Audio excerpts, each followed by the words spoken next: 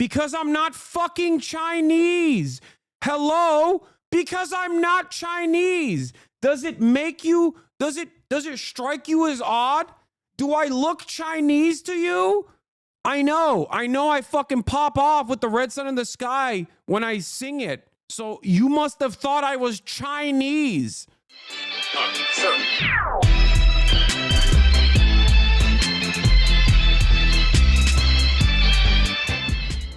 Anyway. Yeah, this is yeah, I was Xiaohongshu posting before it was cool, you know what I mean?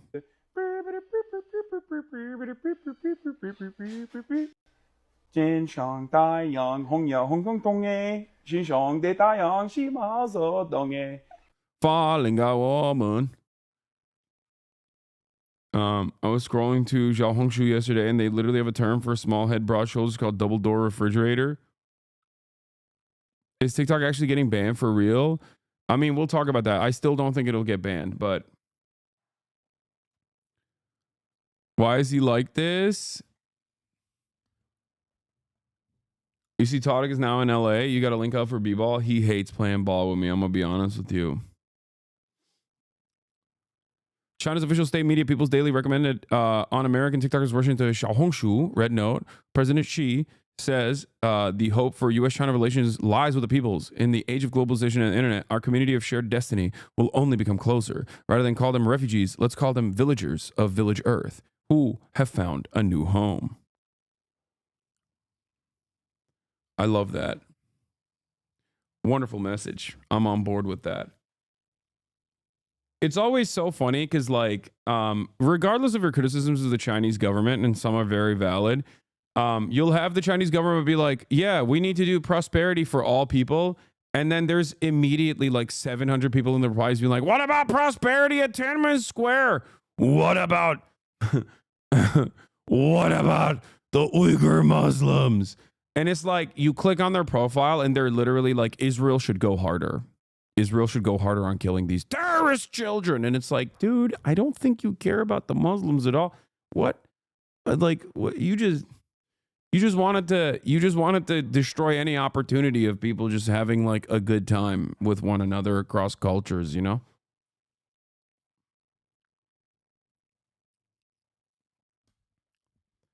So much of the CIA's work being flushed down the toilet. Yeah, I mean, not really. This is not, I don't think you guys understand the mindset of the average American in terms of like how they see the Chinese, okay?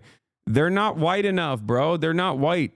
The average American does not look at a Chinese person and go, oh, they're just like normal. They're normal people just like us. I don't think you understand. The average American still despises the Chinese. They think the Chinese are like an alien species. Okay. And let me tell you, I've been taken up to the third heaven. I've been jacked into the big plan. I've seen it. I can't even compute all of it. It's so fantastical. You've not seen nothing. You ain't heard nothing. You ain't smelled nothing like this. I don't have words to tell you. But I tell you, anybody tries to get in the way of the incredible plan the big guys got for us has got me pissed, and I'm just begging to stay on the team, man. Just put me in the game, coach. Whatever you say, coach. I know I'm weak. I know I'm pathetic. That is what she said. Unironically, when Mao sent his family to the mines, he said, put me back in, coach. I will learn. I will atone for my reactionary sentiment. I will atone. I will learn the process. I will learn the ways in which the rural farmland can be improved. And I will use that. I will use that personal experience in an effort to uplift all of China. I'm so lucky you, baby. What do I do, Bob? Like a hunting dog, man. Just take me out of the house. Just turn me on them. Just tell me what I got to do. Tell me how I serve you. Tell me what I can do for you right now. Woo! And let me tell you, you agree this sudden popularity of Red Note as a Chinese psyop, right? Has to be no?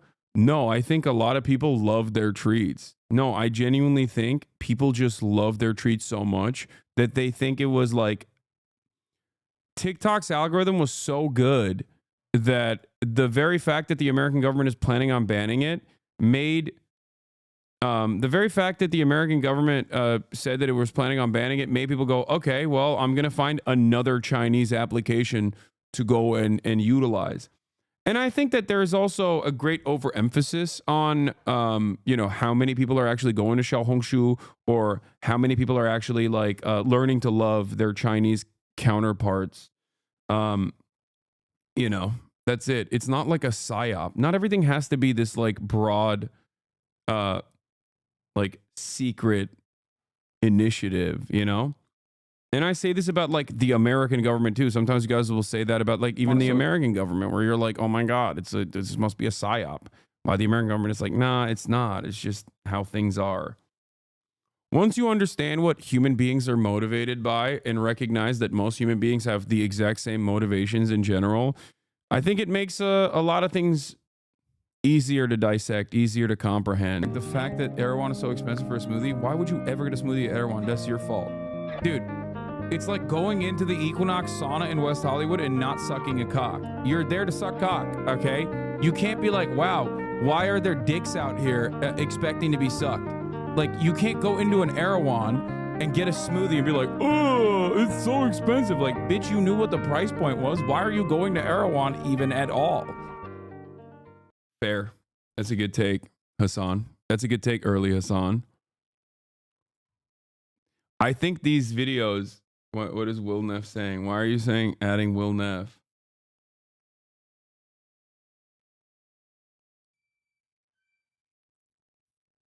I'm not a chainer. Chainer. I'm not a China hater. I love Xi. I just think that you're so good at spotting American psyops, but I think we're having trouble seeing psyops from non-Western countries. Dude, you have to also understand, what is the psyop? Like, what is the psyop? That people go, oh wow, Chinese people are just like us. Like Xiaohongshu, out of the many different applications readily available to the Chinese population, Xiaohongshu, from what I understand, is also like the Chinese urban, the urban Chinese class that is like more liberal, more like, many of them have traveled to America. Some of them actually went to school in America. It's probably like, it just happened to be like a perfect way for Americans to be introduced to Chinese culture, because like a lot of the people there speak English. Okay. I don't think that it was like a deliberate, I don't think that it was like a deliberate psyop. Also, what is the psyop? The psyop there is what? To make Americans think Chinese people are not, to make Americans think that Chinese people are not like weird aliens that live in this like hellish dystopia, and actually just like normal people that have Pinterest accounts in the same way that you do. Is that what it is? Is that the actual psyop? Like, what's the psyop? What's the goal here? You know what I mean?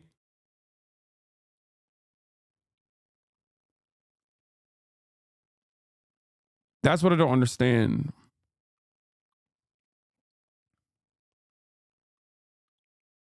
Americans interact with urban Chinese who studied in the US, and we're surprised they're the same people. Yeah, that's the funniest part about it, is that like, the people that they're interacting with on Xiaohongshu, for the most part, are people that they literally did not interact with in college, but had every opportunity to do so. Because half of those people on Xiaohongshu, from what I understand, are already people that like went to American schools and then went back to China,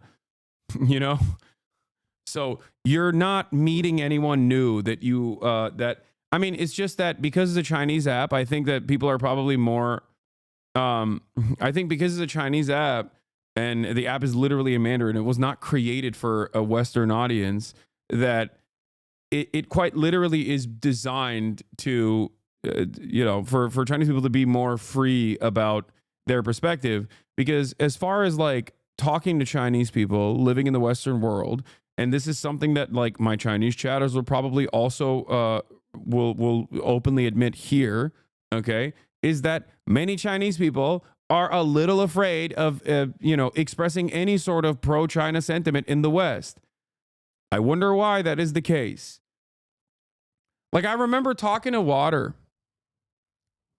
Jake's girlfriend, for the first time about like my actual, my honest opinions on China.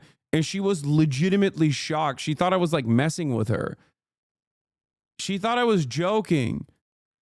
And I was like, no, I'm not joking. Like, this is what I truly believe. And she's like, I've never heard, she was literally like, I've never heard an American say that. Because, because most Americans have like an insane number of like crazy opinions, or, and this is, I think, the most, I will say this, the most charitable interpretation is this, okay?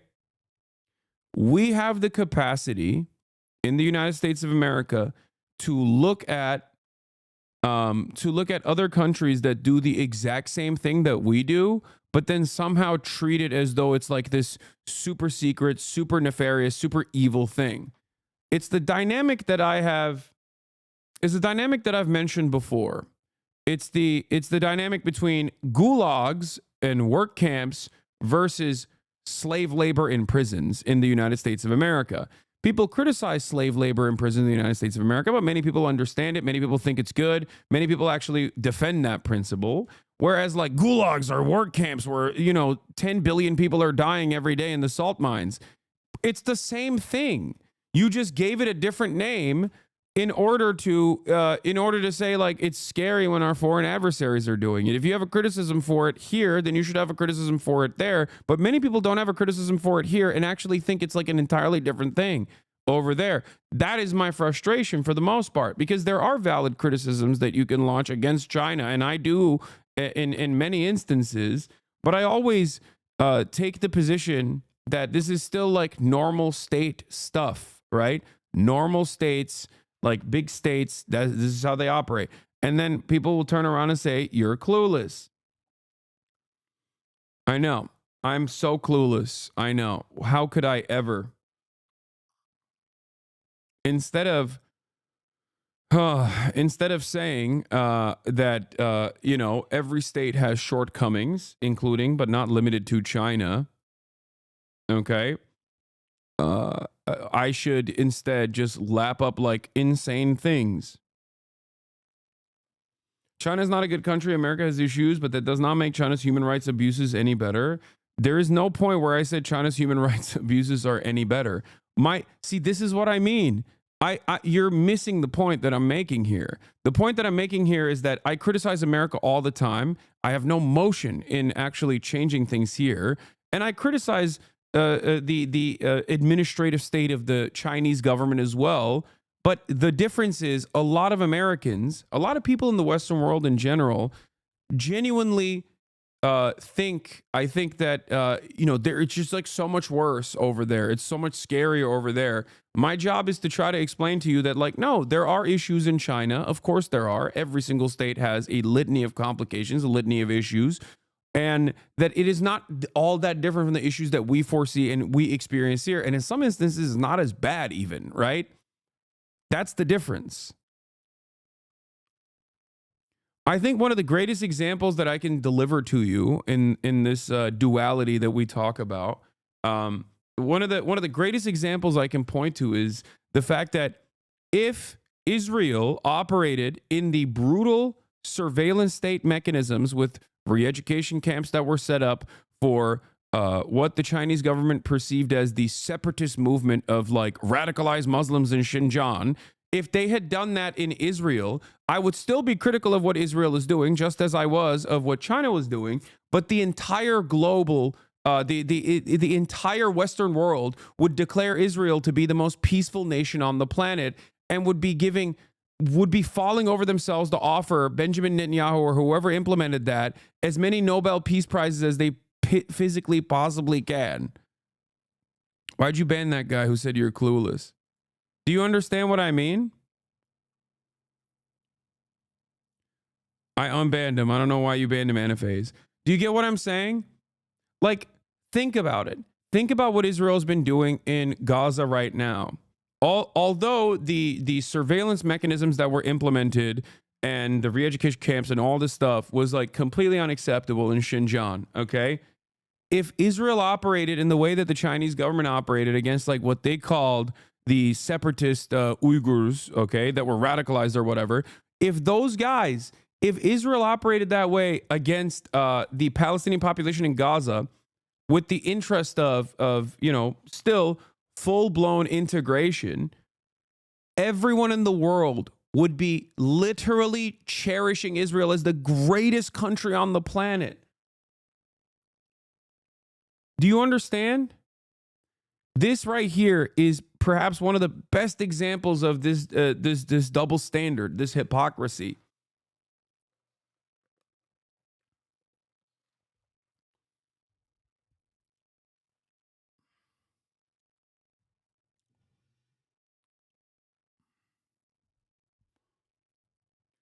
Hasan, brother, why can't Vietnam make such a great social media app if China can do it? We never talk about how Vietnam is one of the technologically advanced Southeast Asia, bro, right? Yeah, I love Vietnam. Most countries dislike Israel. What are you on? Yeah, we're not talking about the global south, big dog. We're talking about countries in the Western world that still dominate the planet, okay? Whether we like it or not, whether we want to, there is, whether you like it or not, whether I like it or not, doesn't change that reality that like the Western world still dominates the globe. Okay?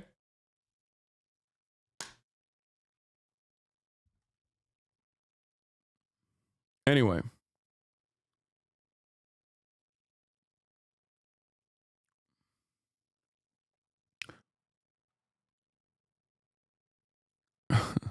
This guy said you're clueless and then nothing else, which is sad. And then when mods ban these guys, which is understandable because they're derailers, they will turn around and be like, oh, your mods are so censorious.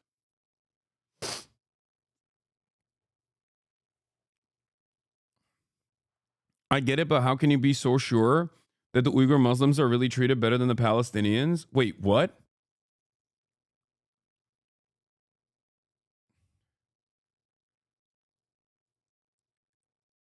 I'm sorry.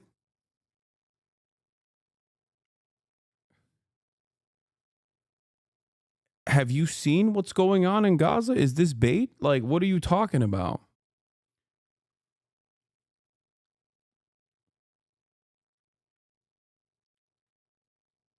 What?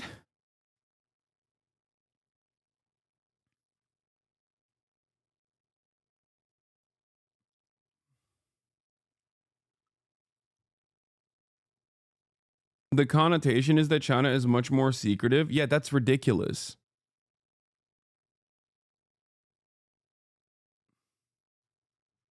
Like, you think China was doing a bombing campaign in Xinjiang where they dropped multiple nukes worth of munitions into Xinjiang with the express purpose of like destroying every building while they simultaneously trapped the entire captive population of Xinjiang? No, you know what they did? They built high-speed rail into Xinjiang and worked specifically for integration. And to be fair, that process was incredibly brutal, and it still continues to a certain degree. Like the surveillance state was unacceptable, the re-education camps were unacceptable.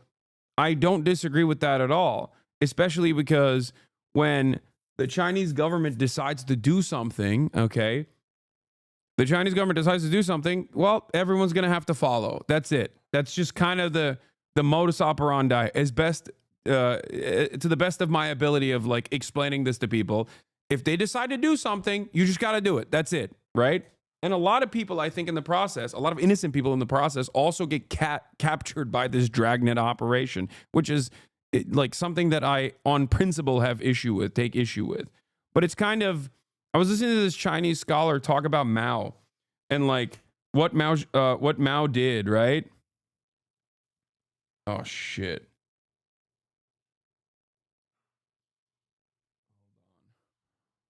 I gotta get the door real quick. 1 second. Anyway, we'll talk about this in a. I'll continue talking about Mao in a moment, but in the process of building a dam, Mao was like, "Yeah, this entire city's gonna move," and they did. There's nothing you can do about it. But now that dam is the dam that gives water to Beijing from the north. Upheld the law that could ban TikTok.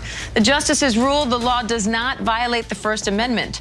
Popular video sharing app now faces a ban in the U.S. unless its Chinese parent company, ByteDance, sells to a U.S.-based company in the next 2 days. Let's bring in senior Washington reporter Devin Dwyer and ABC News legal contributor Brian Buckmeyer for more.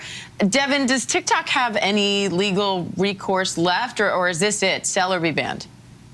Well, this is the final word on this law, Diane, and the Supreme Court just moments ago handed down a unanimous opinion that was not signed, meaning that it was supported by the entire court. We don't know who wrote it, but it does look like Chief Justice John Roberts saying that TikTok's argument that this law passed by large bipartisan majorities of Congress, signed by President Biden, does not violate the First Amendment rights of the company or its 170 million users here in the United States. The justices explain at length how a law like this one meets a significant government interest of protecting the United States national security for a number of concerns over Chinese collection of Americans' data and also their alleged use of the platform to spread propaganda in the United States. And therefore, by this decision, the Supreme Court effectively says that this law can stand and the ban against TikTok can go into effect on Sunday unless the parent company ByteDance, that's the Chinese-owned company, sells its stake to any other buyer that is not a foreign adversary of the United States. And there's, of course, a lot of swirling headlines about the possibilities there, but the Supreme Court definitively saying that this law can stand and a ban can go forward, Diane. Brian, I know you're still reading through the decision, but what do you make so far of how the justices came to this decision? So when it comes to First Amendment violations or the allegations of such, what the courts will do is look at what is being banned and how it is being banned. What they're describing is what's called a content-neutral ban, meaning that the government didn't go out and say, you know what, any information that talks about X or Y should be banned. That would have a higher level of scrutiny. What they're saying is this is actually not a direct ban. If anything, it's telling a company that they need to divest in. Yeah. Cope. I personally think is so ridiculous. I think it's so ridiculous that they have the audacity to claim that this isn't like a ridiculous enforcement with the express purpose of taking TikTok away from its current owners. Like it's just it's not just a ban. Oh, it's not a ban. We just want them to divest and change the product entirely, or at least they can't retain ownership over it. I'm so confused. Is Hasan really saying the Chinese didn't treat the Uyghurs badly? Wait, what?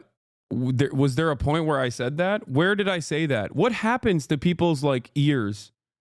There's never been a single moment where I have said that. I just got here. Okay, where did you hear that? Can you clip any part of my commentary on this where you thought I said that? Where does this come from? I genuinely don't understand. I feel like this is just such a strange phenomena that you have to deal with on a daily freaking basis, dude. I don't get it. What's going on? How does this occur so frequently?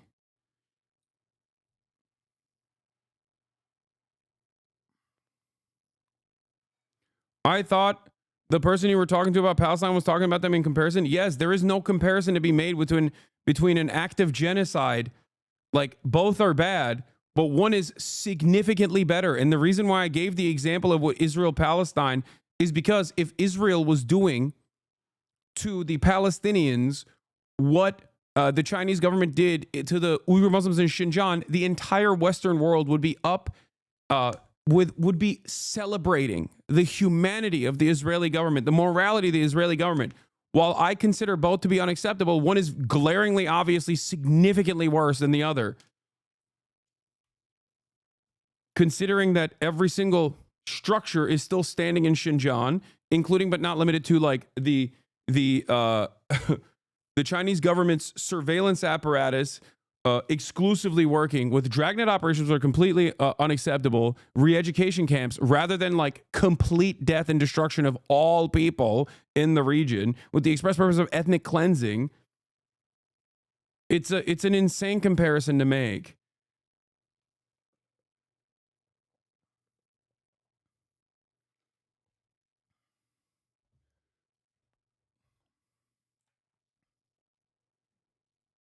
Is a totally and utterly insane comparison to make.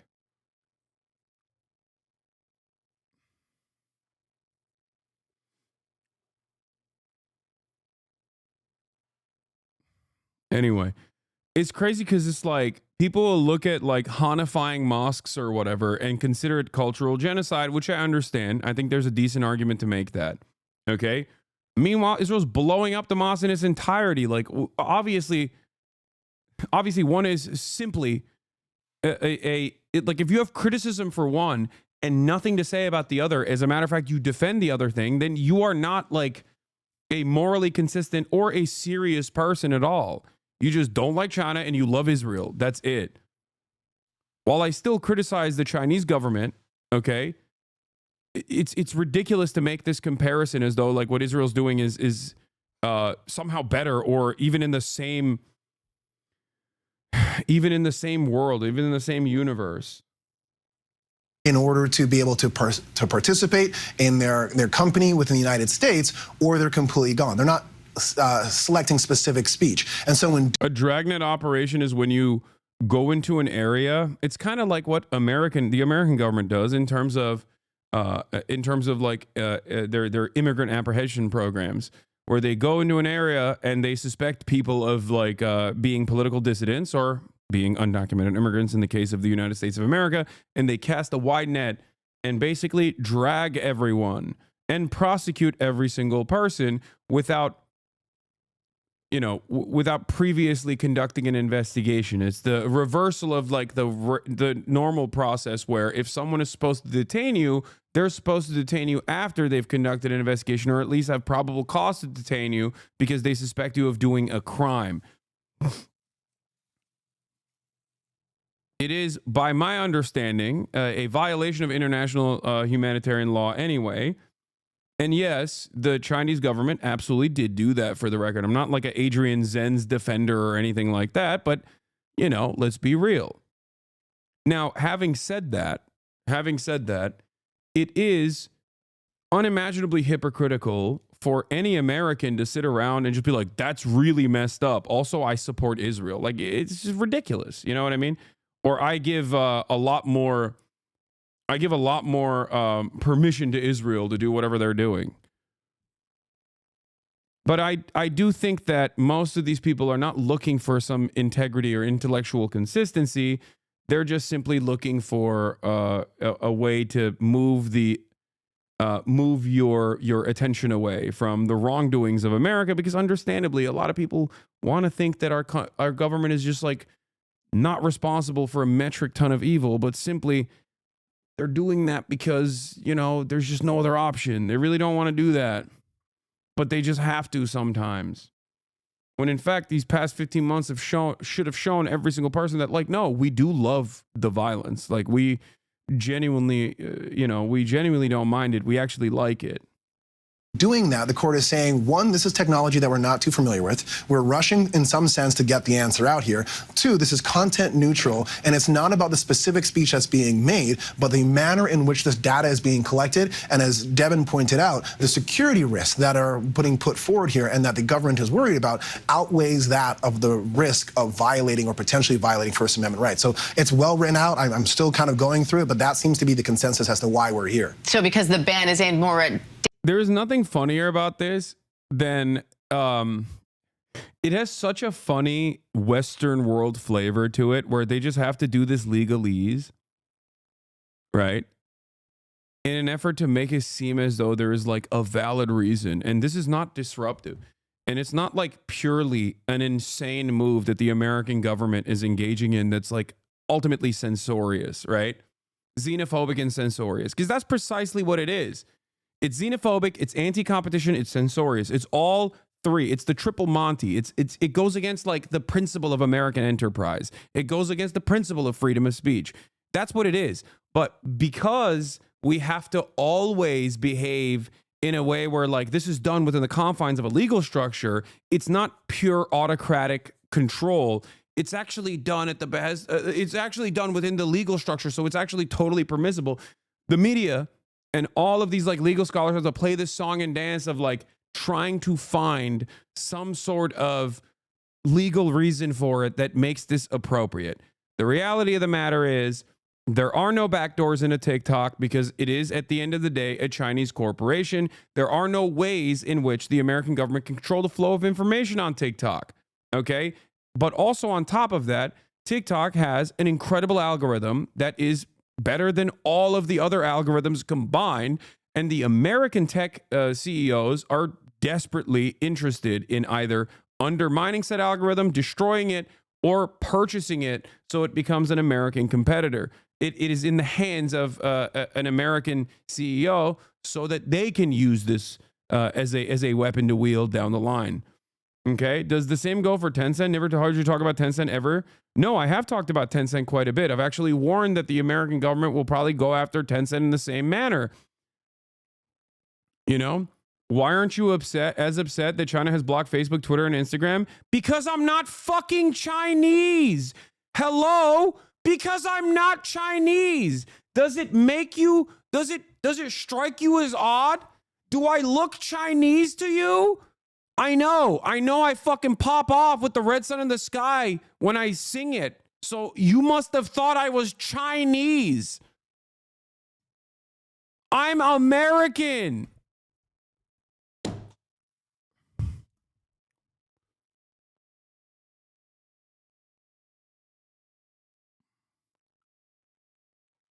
This is another thing that I can't describe to people. For some reason, I'm like, dude, I'm an American citizen. I'm a tax-paying American citizen. Okay, I pay a fuckload in my taxes too, and I have a decent amount of motion, right? I have a decent amount of motion in this, in a community with like, you know, tens of thousands of like-minded people, and I can't even get the fucking Democratic Party to do the right thing to win a goddamn election. What makes you think I have any motion in China?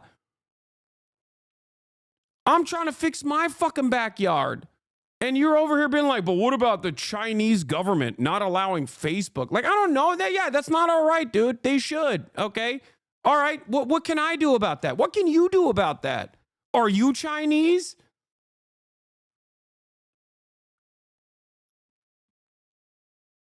It's so weird. Like, it's such a weird thing to just be like, well, it seems like the Chinese government's censors. I know they are. And I disagree with that, okay? I've openly talked about this many times.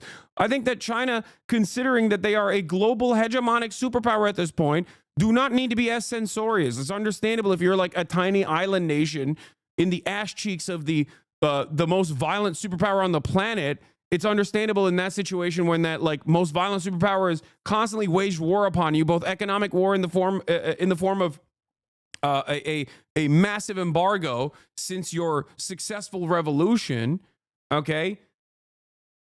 But like, yeah, if you're China, you have a lot more bandwidth for free speech. They don't do it. It's not up to me. I can't do anything about it. But ironically enough, I can't even do anything about the American government. And the irony is, you guys think the American government is democratic. You think the American government and our current structure actually cares about the majority opinion. It clearly does not. Because if it did, first of all, the abortion ban would have never taken place. If the American government or the American structures of governance actually cared in any way, shape, or form about the wishes of the majority, TikTok wouldn't be getting banned right now. None of it matters. We wouldn't be funding Israel's genocide. None of that matters. But when I'm, as an American political commentator, when I'm trying to describe this stuff to you, go, but what about China banning Facebook? Yeah, that's wrong. That's bad. That's messed up. They should also have their boomers get their brains warped by AI slop on Facebook. They should do that, okay? I agree with you. But what can I do? Am I Chinese? No, shut the fuck up.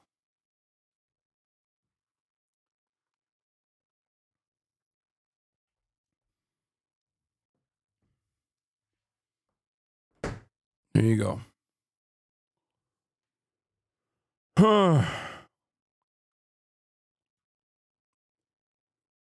Meanwhile, the Mark Dick Zuckerberg is running around the Joe Rogan Experience to be like, yeah, I hate trans people. I promise. We're not doing any fact checks no more. We hate fact checking. We hate fact checking.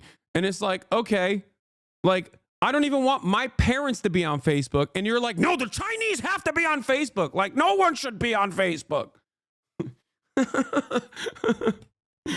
I'm over here trying to get you guys to literally implement Chinese Communist Party style restrictions on your parents' internet consumption so that their brains are not so goddamn warped and they don't think that like Korean Jesus is saving dogs from a flood that took place because that's the only thing that shows on your Facebook timeline, okay? And you're like, no, the Chinese must enjoy the Facebook AI slop. It's crazy.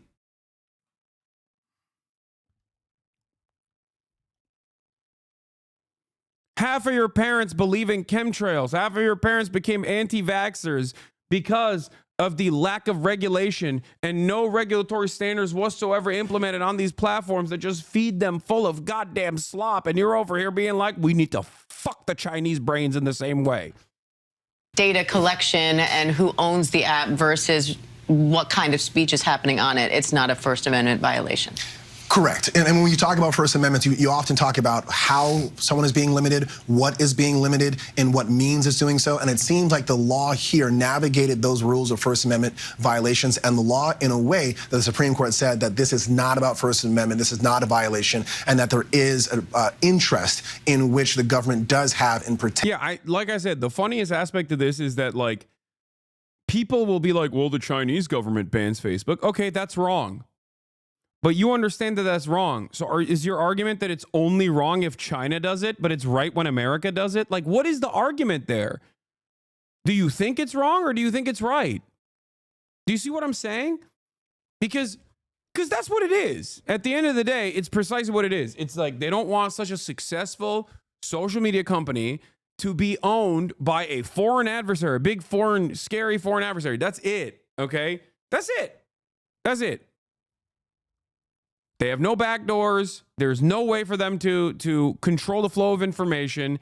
And the straw that broke the camel's back objectively was the ADL doing a final push because they showed how much teens were being radicalized about the Israel stuff, where there's this massive divergence between those who are under the age of 35 and those who are over the age of 35 at this point with respect to how they analyze the genocide of the Palestinians in the hands of Israel with our tax dollars. That was it.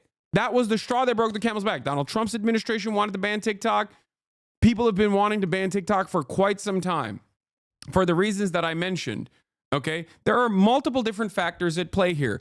Other social media tech giants want to own TikTok, understand its algorithm, and want to basically not have that be competition. Okay, that's why YouTube Shorts is popping off. That's why Instagram Reels is popping off. Like, they're trying to actively TikTokify their own social media platforms. But because they can't outcompete TikTok, they want to eliminate it. On the other hand, from the State Department interest, they're worried that, you know, TikTok is not controllable. There is no flow of information that they can control on that platform. So they don't like that kids are getting radicalized. Okay? Then they claim that it's because, like, oh, well, actually, they could just, like, have compromising data on people that inevitably become, like, members of the security apparatus or senators or whatever, but they're actually using, if they're on TikTok, then, like, the Chinese government can blackmail them down the line. And it's like, none of our data is actually private. They could just go to a data broker if they want to do that anyway. It's ridiculous. The irony, of course, is, and this is the reason why I don't think TikTok will be banned inevitably, is because it has too many American institutional investors that make money off of it, okay? That's why I think it's, like, ridiculous that these guys are even having this conversation at all. But yeah, I mean, this is it. I've played this before. We've heard the ADL private conversations before. But the notion that, like, 7 million small business owners have popped off of TikTok, you're just going to cast them all aside. And the billions of dollars in revenue generated off TikTok, you're just going to throw it aside because it's owned by the Chinese. It's owned by a certain percentage of it is owned by the Chinese government or ByteDance, which then still has to go back to the Chinese government and do whatever the Chinese government wants, is ridiculous.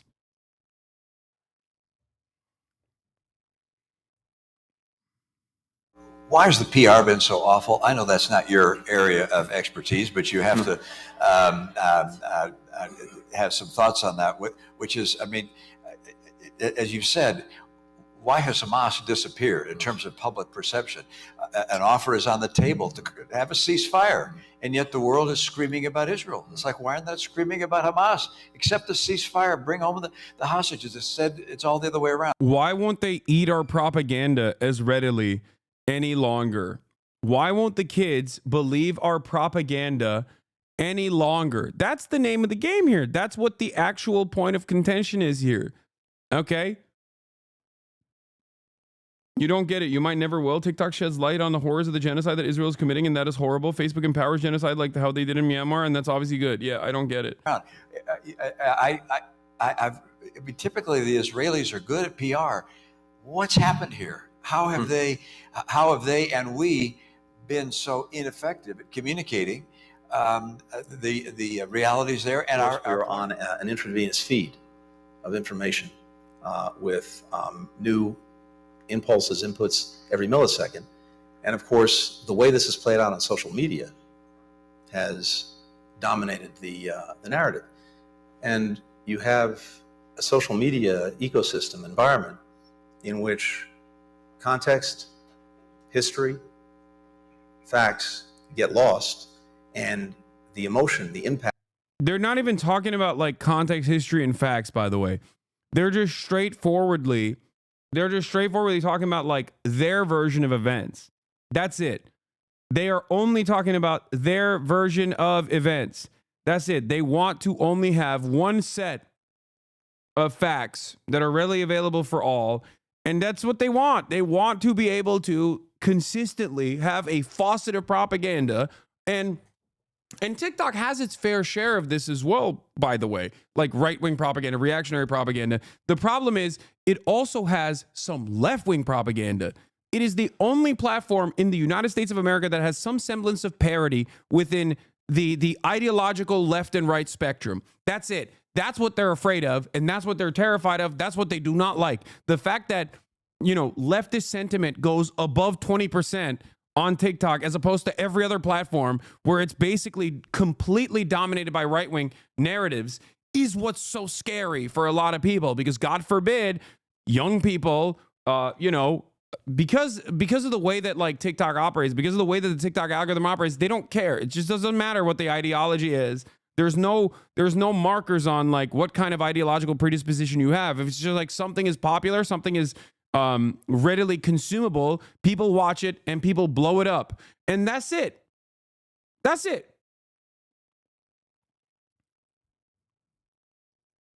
So that is terrifying. Impact of images dominates, and we can't discount that. But I think it also. Reddit is pretty left too, though. Reddit is literally the most specific type of. Reddit is the most NatSec liberal website out there. It's worse than many other platforms in that respect. Reddit is not left. It's liberal. Okay, it is very liberal. But it's also incredibly national security focused. Like,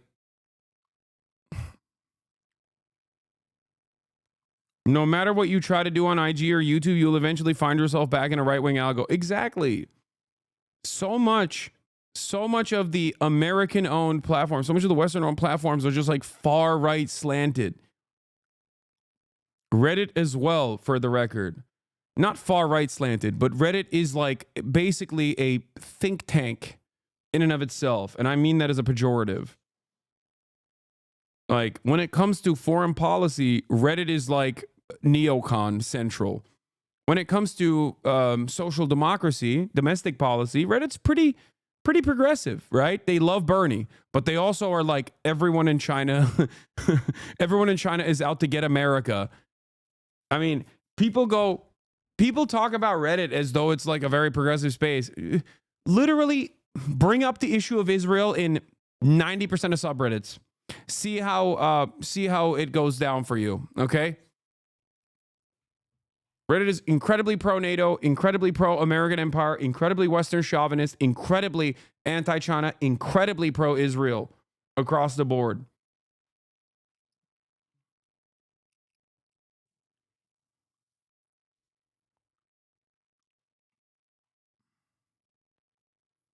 part of that is also because Reddit and the way that Reddit operates as a platform lends itself to botting pretty easily, lends itself to brigading pretty easily. So like 100 people that are designated to a task can like truly undermine an entire very popular subreddit. Like they can just change the dynamic in its entirety. It's so simple to do that. It's so simple to bot Reddit. It's so simple to brigade Reddit. It is very, very easy to control. It's very easy to control the narratives on Reddit, and people do it all the time. It happens all the time. What? Why are there 3 million accounts? Wait, what did you say?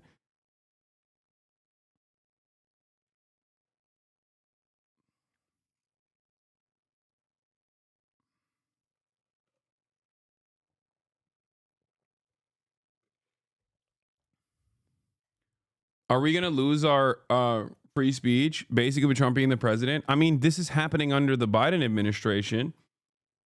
So one might even suspect that we are losing our free speech under the Biden administration as well. And the Trump administration is only going to accelerate it. This is not a partisan thing. I don't even think it has anything to do with parties. Okay. You know what I think? I think it's because America's strength at the global stage is waning. And when the American strength goes away, when America is no longer the dominant hegemonic force, they get scared. And when our leaders get scared, they're going to start behaving in this way. They're going to start tampering with free speech. Free speech is something that you can only have if you are so dominant around the planet that you don't care. Okay? That's what I've tried to always describe to you guys. Like, I get to say the things that I say because I have no motion, because I do not threaten the powers that be.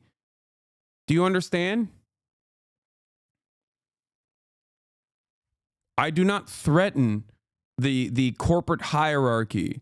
You can only have free speech, and which is never fully free, by the way. Remember, obviously, Edward Snowden, Chelsea Manning, Julian Assange, and many other examples of America going, okay, too much free speech for you. Okay. There's never been like a full-blown free speech. It's just that like free speech in the way that I understand it, free speech in the way that I see it, is a permission structure for what is allowed. Okay. If you are too disruptive with your free speech, if you are a whistleblower, a real one that actually identifies some of the horrible things that the American government is doing, for example, that actually harm American interests, then they will imprison you. Then they will punish you. Maybe sometimes you might even get the CIA award for journalism, as people like to say, when you end up, committing Sudoku with 2 bullets in the back of your dome. It's just, free speech existed before the U.S. was hegemonic. Oh my God. I do love the notion that America had free speech at a time, especially before America was hegemonic. Do you think that we were more open to free demonstration? Are you crazy? Do you know anything about the anti-communist initiatives that this government engaged in? There is a reason why there is no semblance of labor in this country, labor power in this country. Okay? Because this is the heart of the Red Scare. This is the heart of empire. This is the heart of the anti-communist sentiment. This is where the Cold War was fought and won. Yeah.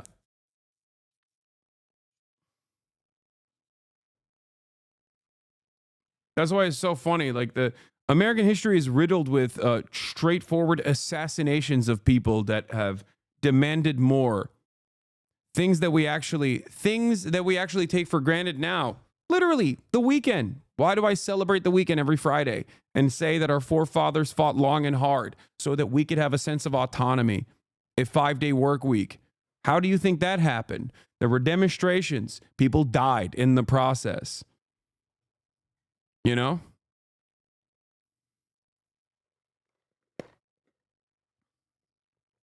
Has a very, very, very challenging effect on the narrative. Yeah, a small parenthetical point, which is some wonder why there was such overwhelming support for us to shut down potentially TikTok or other entities of that nature. If you look at the postings on TikTok and the number of mentions of Palestinians relative to other social media sites, it's overwhelmingly so among TikTok broadcasts. So I'd note that's of real interest, and the president will get the chance to make action in that regard. That's the thing I don't understand. Like, in terms of people just defending this like TikTok ban, okay?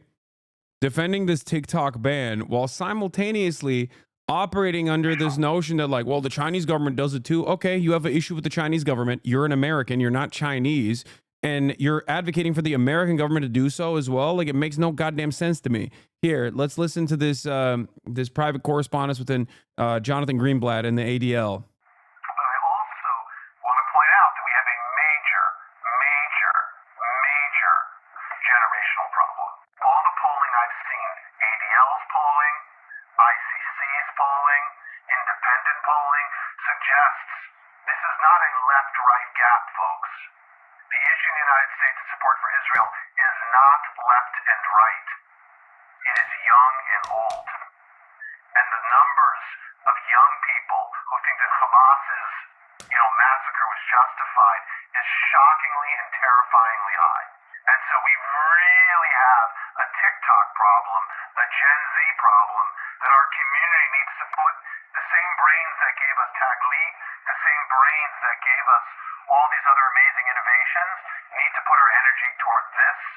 That's why he's still tweeting about you? Wait, he's still tweeting about me?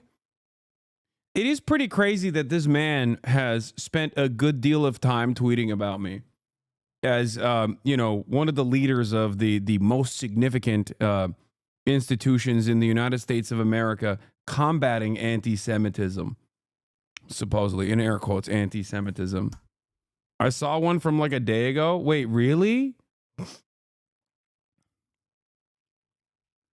It is pretty wild that oh, because Bernie was on my stream. What did he say? Yeah, Bernie was being anti-Semitic, huh?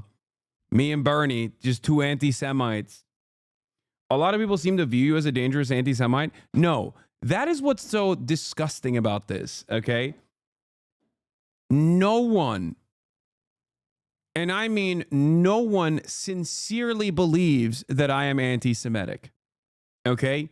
That is so incredibly insane. No one actually believes that I am sincerely anti-Semitic. The amount of time and effort that I have spent actively combating anti-Semitism, the fact that anyone would actually entertain the notion that I am even remotely anti-Semitic is so psychotic. And that's what's so insane about this, okay? What's so insane about it is that this is a pure fabrication. It is a very cynical weaponization. It's not that I'm anti-Semitic. It's that I'm anti-Israel. That is what is terrifying. It's so frustrating, dude.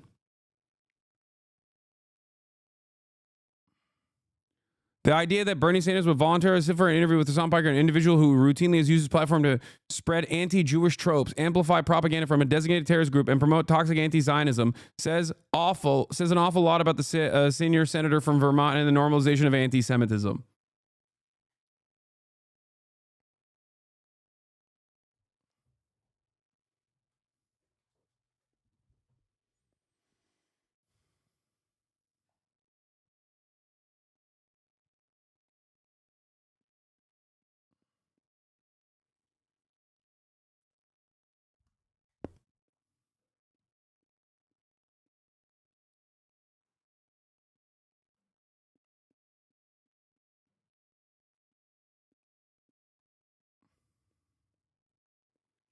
Like, if my girlfriend saw that tweet, she would just assume it's true.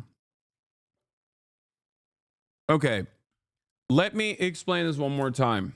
I'm saying that Jonathan Greenblatt, who is familiar with my game, okay, does not sincerely believe that I am anti-Semitic.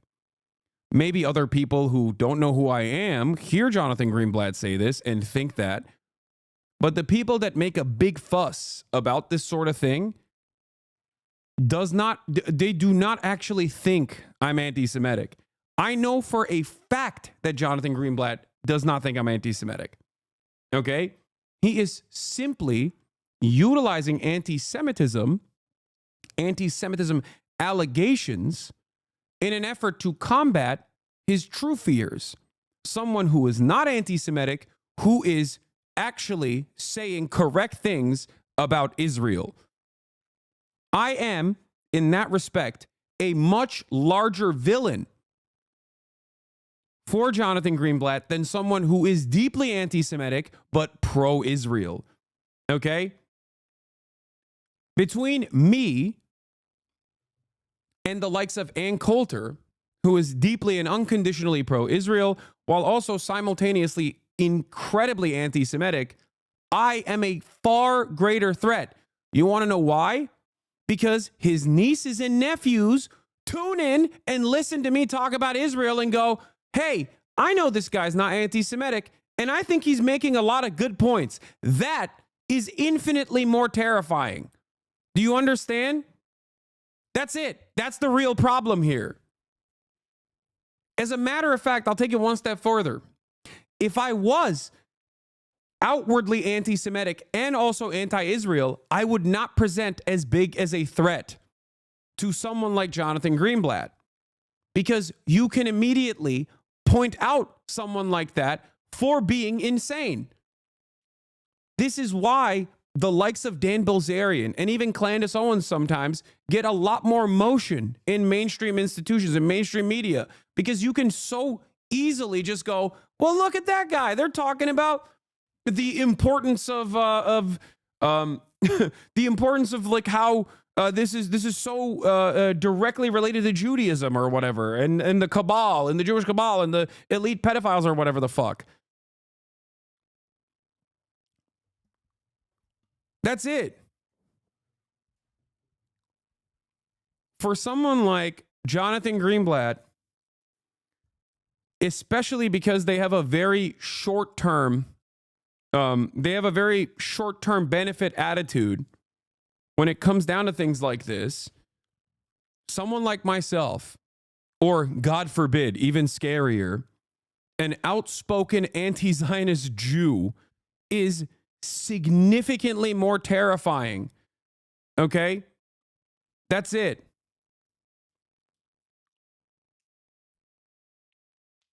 An anti-Zionist Jew or an anti-Zionist who's not Jewish, but certainly goes against anti-Semitism and routinely combats anti-Semitism is absolutely worse than someone who is overtly anti-Semitic and also anti-Israel. Okay? 100%.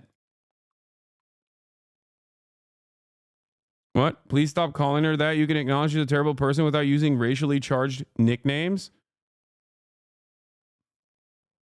Candace Owens? You're joking, right? You have to be joking. What is happening right now? Quite literally a white nationalist. She's a black woman who is a white supremacist. What is happening? Okay, you're officially woke of the day. Take a day off. Woke of the day for the chatter. Anyway, let's finish this video. Again, like we've been chasing this left-right divide. It's the wrong game. The real game is the next generation, and the Hamas and their accomplices, the useful idiots in the West, are falling in line in ways that are terrifying. Last thing I'll just say, we saw a dramatic change in the language of the activists here in America on October the 8th. The language of groups that we've long tracked, who've long been problematic, like Students for Justice in Palestine and Jewish Voices for Peace. Like, the funniest aspect of this kind of conversation is that, like, they'll say things like, well, they're saying the same things that Hamas is saying. They're saying the same things that Iran is saying, not recognizing that actually, for many people, unironically, legitimizes the perspective. If your goal is to undermine Hamas, or if your goal is to undermine Iran, you cannot actually present their perspective as the valid one in terms of Israel. But instead of trying to separate, if I was to do propaganda, okay, for Israel, which that's what the Apartheid Defense League is there to do, historically at least, you know, in the 90s, they quite literally got into trouble for spying on Jewish anti-apartheid activists and collaborating with the apartheid South African government, okay? Just, you know, that's what the ADL was doing, okay? The Apartheid Defense League. But if your goal is to solidify the obviously, you know, anti-Hamas perspective that is broad in the United States of America, or the anti-Iran perspective that is very popular in the United States of America, then you can't hand it to them. You know what I mean? You can't present them as the only people that are saying Israel is doing a genocide to us. Okay? Because the reality of the matter there is, for many people, when they see what's going on, they go, oh my God, this is unlimited bloodshed. This is unlimited brutality happening with our tax dollars. You have to present a reasonable position. This is why I've always maintained the position that, like, liberal Zionism, to a certain respect, is supposed to give Israel much more bandwidth to be cruel and maintain the apartheid. But people supercharge their attitudes, their anti-Palestinian sentiment, their anti-Arab sentiment, their Islamophobic sentiment in the aftermath of October 7, and forgot that, like, that is the way you're supposed to do propaganda to the West. Just completely cast that aside. That's why one of the most dangerous, weapons. That's why one of the most dangerous weapons against pro-Israeli sentiment and Hasbara is the translate from Hebrew button. Okay. Like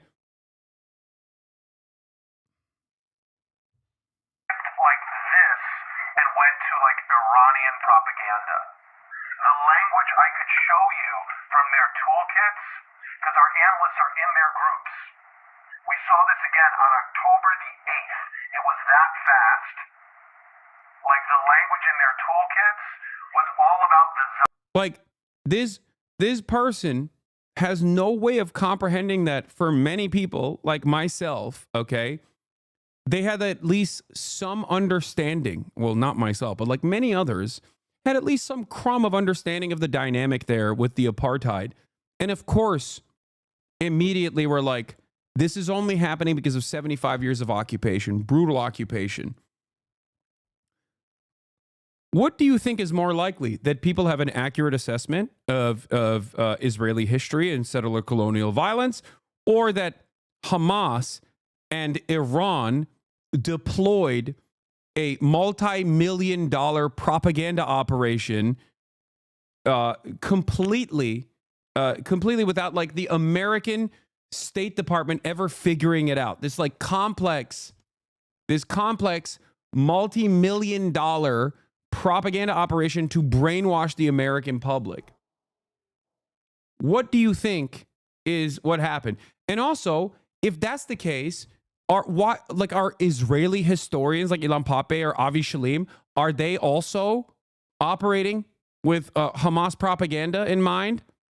People like Norm Finkelstein, they're all doing Hamas and Iranian propaganda. They're getting paid by Iran and Hamas. It's even funnier to say that they're being paid by Hamas. Like, Iran at least is a nation state in and of itself, but Hamas is a resistance group that was born out of endless occupation and works within the confines of a concentration camp. They have very limited motion outside.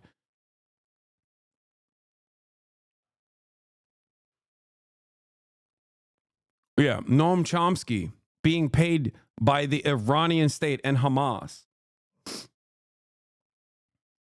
Gabor Mate, Holocaust survivor, being paid by the Iranian state and Hamas. Or maybe plenty of these scholars, okay, plenty of these academics that have spent their entire lives documenting the atrocities have come to this conclusion because they have a moral compass that allows them to see right from wrong and aren't simply invested in the maintenance of an apartheid, settler colonial apartheid state.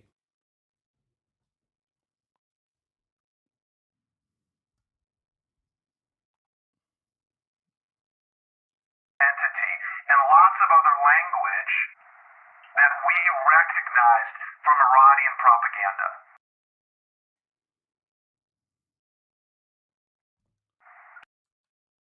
I'm confused by this. Why are they shadowboxing? Ignoring reality won't help them achieve their goals. No, ignoring reality and suppressing any kind of like information that counters the Hasbara narratives has been incredibly effective for 76 years. Or, well, at least for like 74, 75 years. It's this last year, or since 2021, I would say, where things have started changing.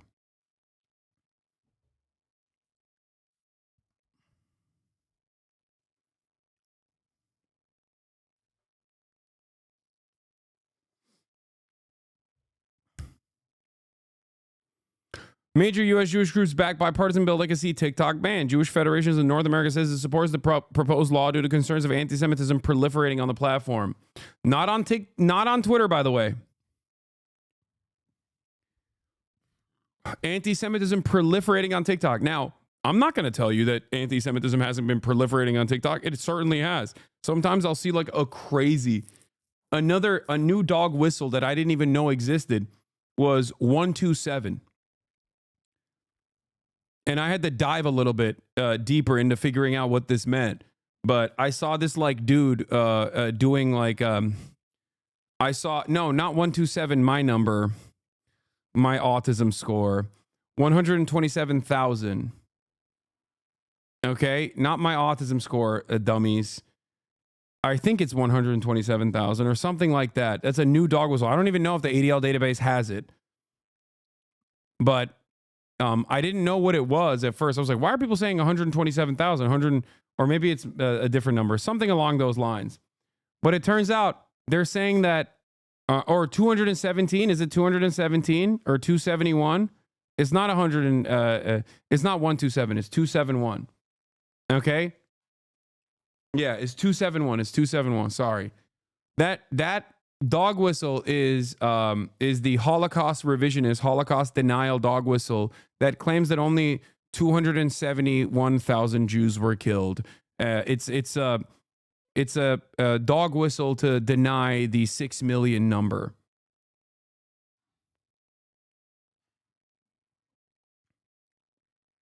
Yeah. That's the new dog whistle. And I found out about this dog whistle from TikTok, as a matter of fact. I saw the dog whistle on TikTok, and I was like, what the hell is this number? So, don't act like you don't know. No, what? I have no idea what you're saying. Yeah, it's also kind of it's still insane that they're just saying like only 270,000 Jews were killed, not 6 million. Oh, okay. Like, I mean, it's already incorrect, but even then, it's like a psychotic thing to say that is like supposedly acceptable. Like, what is the argument here? But anyway, listen. The point is, TikTok, of course, also has anti-Semitic sentiment. But which platform do you think has more open, overt anti-Semitic sentiment than TikTok? It's Twitter. And I've never heard Jonathan, I've never heard the Apartheid Defense League go after Twitter, okay? As a matter of fact, after Elon Musk openly seconded one of the most common Nazi ideals the notion that Jews are doing unlimited third world immigration into the Western world to destroy Western superiority, okay? When he said, you have said the truth to that argument on his own platform that he owns, on his own platform that he's unbanned every single Nazi on, Jonathan went up to him and was like, yo, you got to be pro-Israel, dog. What's this about? And Elon Musk was like, no, I love Israel. And Jonathan Greenblatt was like, yeah, Elon is he's a good guy, and defended him. It was so ridiculous. This moment and this argument, this glaringly obvious instance of the Apartheid Defense League refusing to actually combat anti-Semitism, but instead working to, defend the apartheid, okay, was so frustrating that the previous president of the ADL was like, what the fuck are you doing to Jonathan Greenblatt? The previous president of ADL, who's also not exactly a good guy either, Even he was like, dog, what are you doing?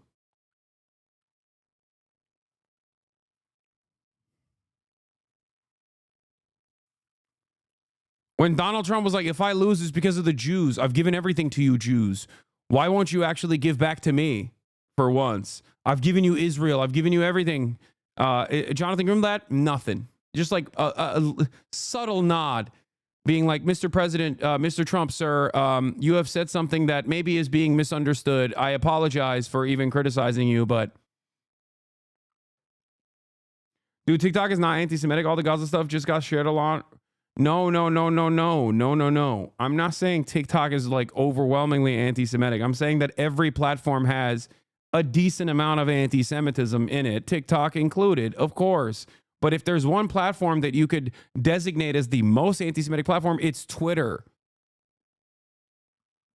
Like open neo-Nazi shit goes viral on this platform virtually every single day, where there's another gif of like Adolf Hitler and people are like, we have to apologize to him. Anyway, I think the cold feet around the TikTok ban reflects that there never really was any specific security fear around it, but beyond, it's a weird Chinese app, Chinese-owned app that's popular. And that's true. I think that is the case as well. Its citizens and its data, and this law does stand. Devin, the Biden administration says they're leaving this to the Trump administration to implement, but the ban is supposed to go into effect in 2 days before Trump is sworn in. Trump has said he's going to save TikTok. So how is this all going to play out now? What are you watching for? That's the million-dollar, maybe multi-billion-dollar question, Diane. As you know, TikTok is one of the most popular apps in the world. It's certainly here in the United States.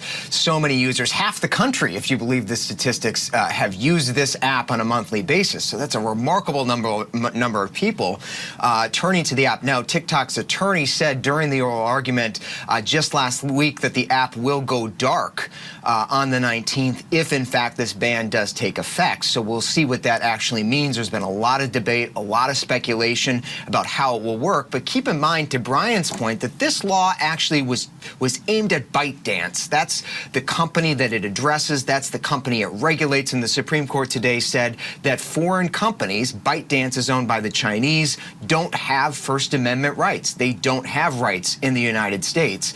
And so, really the law is forcing ByteDance to sell, and now they have 2 days to do that. We should say, a deal of that magnitude very likely couldn't be executed in 2 days. But the law does include an exemption for the next president of the United States, well, either President Biden or President Trump, if in fact a deal is at hand. If ByteDance does decide in the next few hours to sell, there's a buyer that's come forward. If sufficient legal arrangements are in place, then the government can move forward and take that at its word and extend this ban, delay the ban for 90 days. So that's another possible development we could keep an eye out for here in the next little bit. Brian, in the meantime, you've seen a ton of TikTok users start migrating to other similar apps. Also, I think most, if not all of them, also owned by Chinese companies, if not ByteDance themselves. So what does this decision mean in terms of precedents for other social media apps and other kind of TikTok copycats?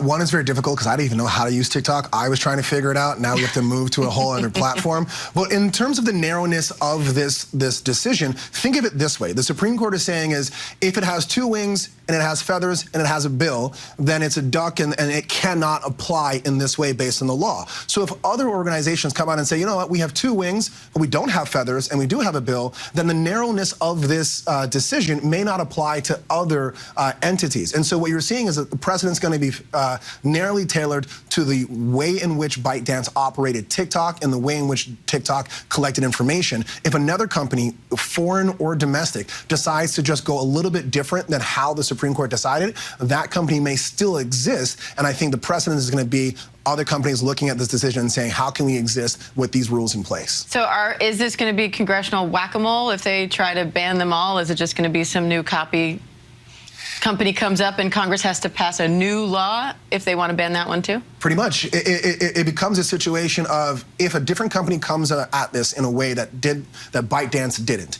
and they're operating in a way that the court did not imagine or did not contemplate, or that this law that is basically telling ByteDance that they need to divest in a different way, then yes, Congress might have to come up with a new law to adjust that. It's the way technology works. As technology. Everyone knows you're anti-Semitic, dog. I was talking to a girl on Hinge and she asked what I watch on YouTube. I decided to take a chance and mention you with a couple mainstream names and she promptly unmatched with me. Okay. Cope. Technology grows, we find new ways to regulate and enforce and ensure that they're safe for all people participating. Devin, so what's the immediate impact here? What are you watching for in literally the next 2 days? Well, Diane, if in fact this goes forward in 2 days and takes effect, we are led to believe that American-owned companies that facilitate TikTok, so sites like Apple and Google and their app stores, won't be able to offer the app legally for download there or any future updates, at least so long as the ban is in place. So that'd be the first thing. The second question is what happens to all those people, those 100 million people who have TikTok on their phones? That's more of a murky question. The company says the app will go dark, but it's not entirely clear what that means. They haven't confirmed whether they'll flip a switch and turn it off. It is not illegal as of Sunday to have TikTok on your phone. It will not be a crime to use TikTok if it still works.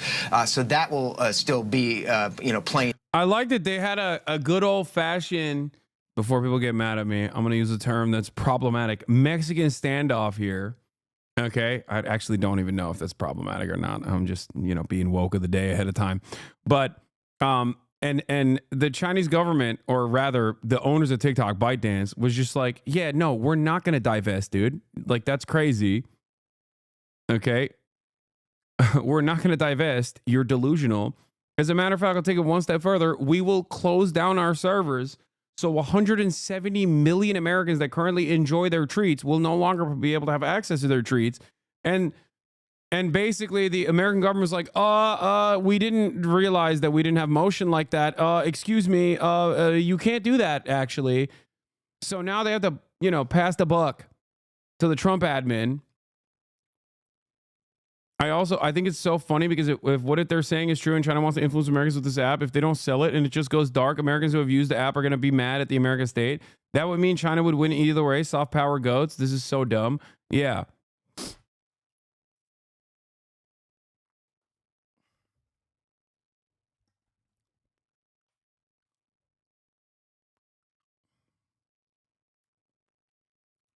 It's just, there is no way to look at this. Like, there is no valid reason for this other than we don't like that a app that is not owned immediately, like not owned directly by an American, but indirectly owned by many Americans, has this level of motion in our market and also simultaneously has the capacity to change people's minds about certain issues that we want to control the flow of information on.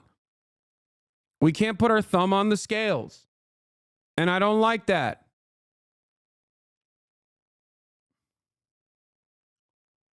What's also crazy indirectly owned by many Americans. Fire. I mean, it is. It is. It is owned by many Americans. Why do they not have the same attitude towards Twitter? And I'm not talking about Elon Musk, who is obviously South African. I'm talking about the Saudi government. The Saudi government is a major owner of Twitter now. That's who actually bought Twitter. Elon Musk didn't front the entire thing. He went to Saudi Arabia and got their sovereign funds to put up billions of dollars necessary to purchase it. Why do we not have that same issue?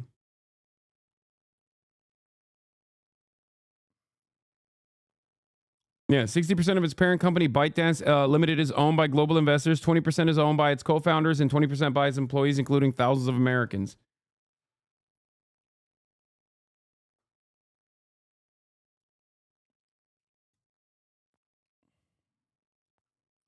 Saudi's second largest investors in Twitter after Musk takeover. Yep. Kingdom Holding Company and the private office of Prince Al-Walid bin Talal will maintain their stake in Twitter after Musk took control over the social media company. Saudi Arabia Kingdom's holding company, KHC, along with the private office of Prince Al-Walid bin Talal, will continue their ownership of Twitter shares valued at 1.89 billion after Elon Musk take over the social media company, making them jointly the second largest investors, according to a statement released by the Saudi prince. Bin Talal, who shared the statement on his Twitter account on Friday and made reference to Musk as the chief twit, stated that the deal was in line with the long-term strategy of KHC.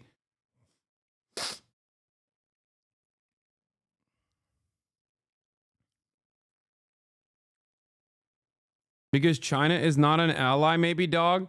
Brother, I know, that's what I'm saying. That's the point.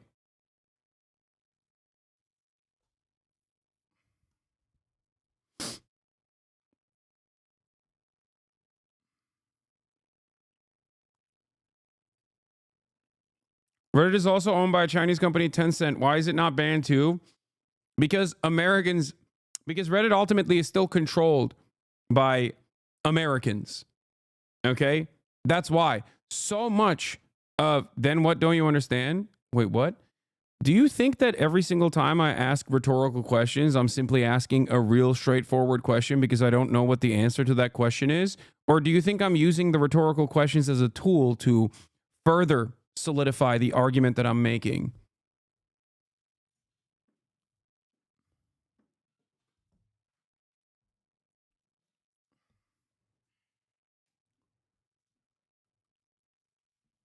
We do too much trade with China. They own, like, Chinese investors own, or I guess if you want to say every Chinese company is technically controlled by the government.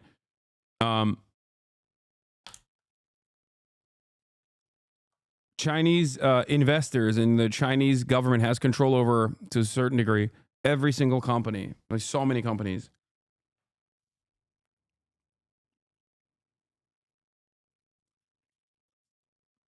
No, I understand, but that's how it's always worked. Saudis are puppies. Dog, that's what I'm saying. The reason why I brought this up is because it's not about like foreign countries owning or what their internal politics look like. It has everything to do. It has everything to do with this one specific foreign country and us not having any control over the flow of information, not being able to put our thumb on the scale. That's my point. Out a little bit. But to Brian's point, you know, this ban is only in effect in so long as a foreign adversary owns the back end of TikTok, and it can lift at any time. So as long as there's a deal that's worked out at some point, or the arrangement that TikTok has satisfies the government's concerns, then perhaps it can come back in full force even very quickly. So, you know, a lot can happen in this space, and we've seen the negotiations take off. Donald Trump, of course, has invited the TikTok CEO to be. When I say fuck me in frustration at work, what I actually mean is have sex with me, 62-year-old coworker. Yes, GILF lives matter.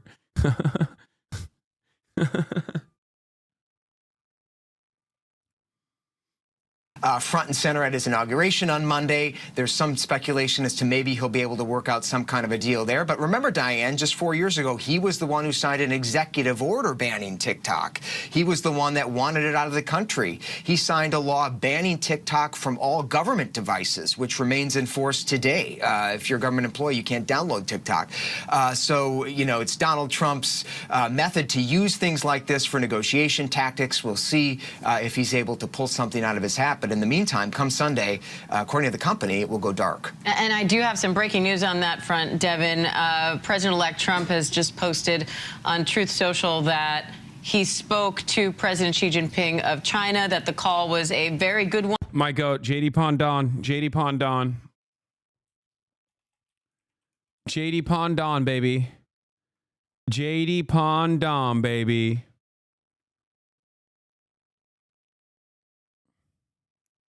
One for both China and the USA, he says. And he says it's his expectation that they will solve many problems together and starting immediately. You already know he's gutting the Treatlerites. You already know. You already know he's killing all of the Adolf Treatler supporters by eviscerating American trade with all of his tariffs. Okay? He wants the suburbs to scream. He wants every single drop shipper to drop dead. Okay? A true third worldist, a true Maoist third worldist, dude. You thought Xiaohongshu was the application. Turns out Xiaohongshu is actually not the red note, but the red book, the little red book that Trump has a copy of. He wasn't reading Mein Kampf. He was reading the little red book. The revolutionary sentiment lives within JD Pondon. He will take out every Treatlerite one by one.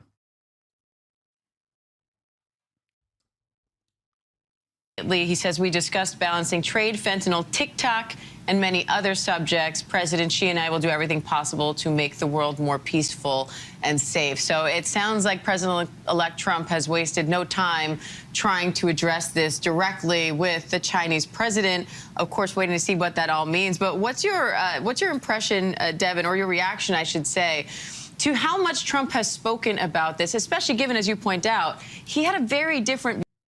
By the way, you misunderstand the Facebook is banned in China argument. That's about reciprocity of trade, market access. Doesn't matter, though, because the government didn't argue that. You're right as to why TikTok got banned, but legally it's no different than the restrictions on foreign ownership of media outlets. Wait, what?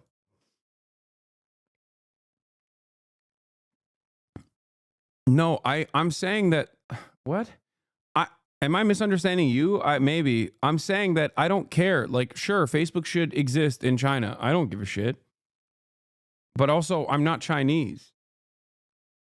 I have no control over what the Chinese government can say or do. I don't even have control over what the American government says or does. I'm in here in the process of criticizing the American government for the actions that it's taking.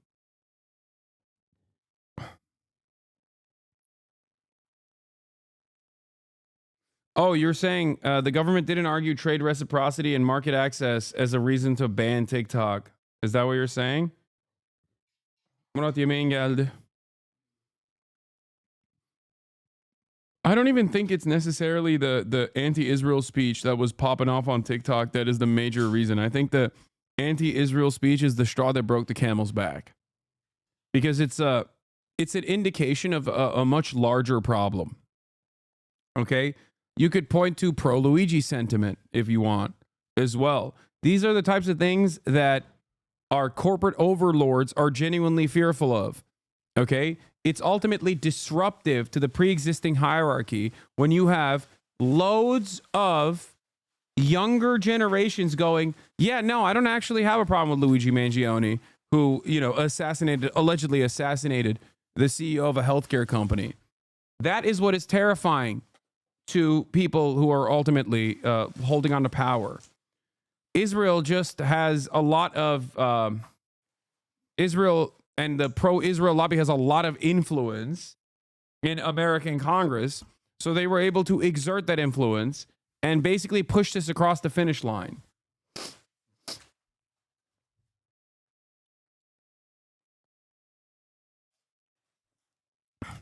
Republicans had their menu of cuts leaked to the press. These are all the things that they're considering to pay for Trump's second round of tax cuts. Low lights include 10% tariff, lowering corporate tax rate to 15%, ending home mortgage interest deductions, taxing scholarships, pick your poison. Holy moly. Also, the elephant in the room is that TikTok survived years of escalation with China, but a few weeks of moral panic about Palestinian activism pushed the ban through. Israel's in trouble. Really is the activation word that shut off boomers' rational political thought. Congress got so freaked out by the idea of Adolf bin Laden on the Columbia campus that they forgot why they hadn't ever banned an entire social media ecosystem from America before.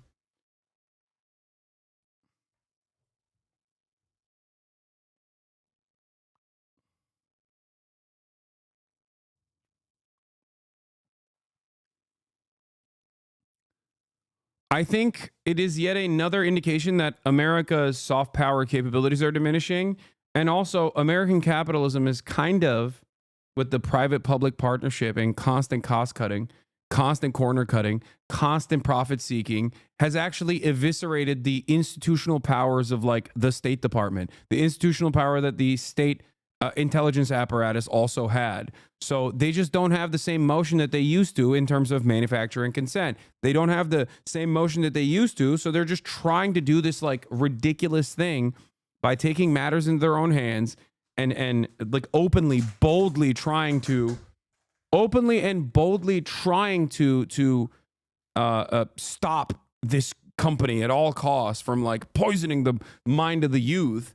And it was done in such a silly way, especially because the very nature of TikTok makes everything so publicly visible. It's like as a platform, as a social media platform, is the most successful. 170 million Americans are on it, right? It's infinitely more successful than Twitter is in terms of like getting normies to pay attention to a particular thing. That in and of itself is making the story much worse for them. If it was something that was like in the margins, like they would have an easier time, in my opinion, banning DJI.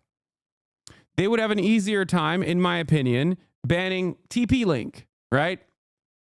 Like Chinese companies that they can claim are spying on Americans through these consumer products, right? They could do that. But with TikTok, it's like 170 million Americans use it. And also the very nature of the platform in and of itself is just like, it's a communication tool for a lot of normies.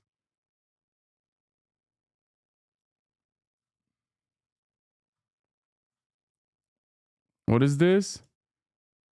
Hello, Americans here. Does anyone watch him? If you know who this is, what are your thoughts on him?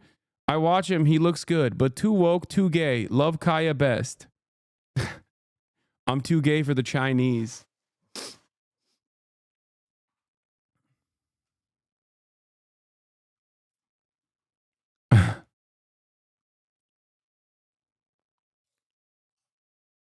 I gotta mask it up. There's no way that's actually a Chinese person, dude. Are you kidding me? Have you guys seen what has motion in Asian countries? If I looked gayer, I would be considered hotter, I think. If I looked more androgynous, I would be considered sexier.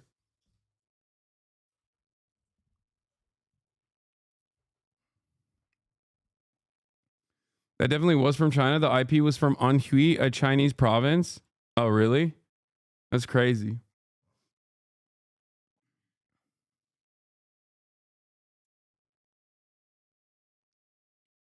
Viewpoint in his last administration.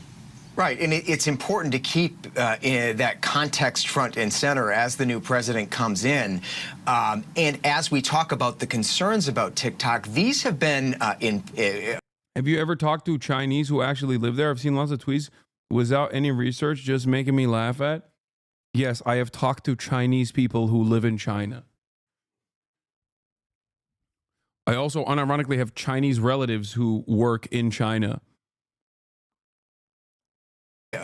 front and center for the United States government, Congress, Republicans, Democrats, from the CIA over to the Pentagon, President Biden, President Trump. There's really unanimity that this is a concerning situation, and they have been in negotiations with ByteDance for more than 4 years. So it's not as if this law simply came out of the blue and now all of a sudden the government is going to ban TikTok. They have tried to come up with some sort of a solution for data security, putting Americans in charge of TikTok security on the board, putting some of their data in an American-owned cloud run by Oracle. But at the end of the day, the government has said, like, for me, I think the reason why I'm still maintaining the position that it's not likely that TikTok is banned, and I might be totally off base on this, is because of a couple things, right? Like, one, too many Americans make money off of TikTok, both on the consumer side, like both on the small business owned and operation side. 7 million small businesses have started on TikTok, and too many institutional investors make money off of TikTok because they're, you know, the corporate investors into ByteDance directly. Okay. There's also an unimaginable amount of money that goes into TikTok in terms of marketing, for example, like major media companies like UMG and all these other like record labels have invested a lot of money and effort into TikTok as well. But on top of that, the American market, the American social contract revolves around treats. Okay? The American social contract is about easily accessible, readily available treats at my disposal at any given moment. And TikTok is a treat. Okay? If you take away this treat, people are going to get very mad. If you take away any treats from the American market, they will get mad, especially once they've grown used to it. Okay? And TikTok is a major treat for 170 million Americans. Think about how Americans responded when they couldn't get a haircut during the 1 month long period of COVID shutdowns. Okay? Think about how Americans responded when they had to be, they were forced to wear a mask in public for like a week and a half. They lost their minds because everything falls apart if you don't have access to treats. Think about how Americans reacted to inflation. When treats are no longer as readily accessible and as affordable, or are taken away from you, Americans go, what are we doing all this for? I don't have health care, right? My health care is a for-profit and tied to my job that I hate, okay? I sit around in traffic to get there all day, every day. There's no, the roads are filled with potholes.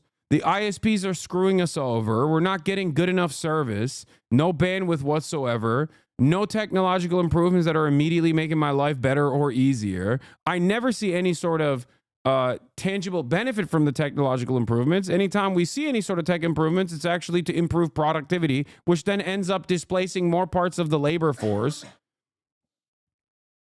The world is seemingly on fire or underwater, sometimes at the same time.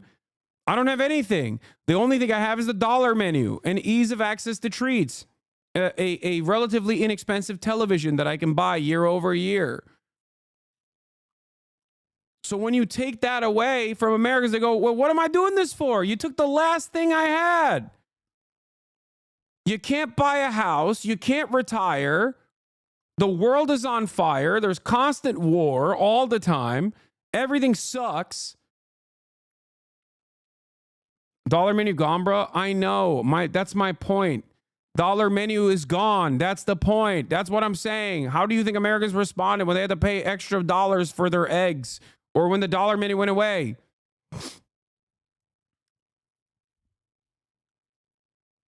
This is like my first time in 5 years watching you that I disagree.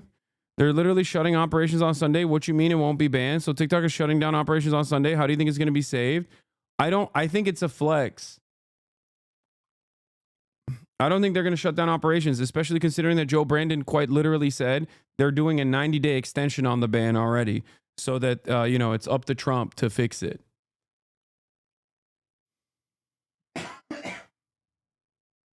I used to work for TikTok. We'll see.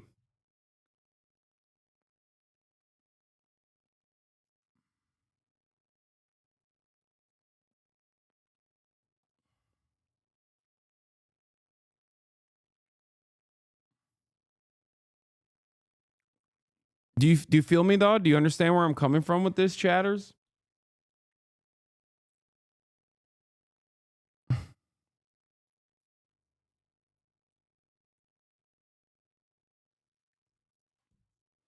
What is messy is that we hold ByteDance shares. I don't know how that severs cleanly with a U.S. acquisition.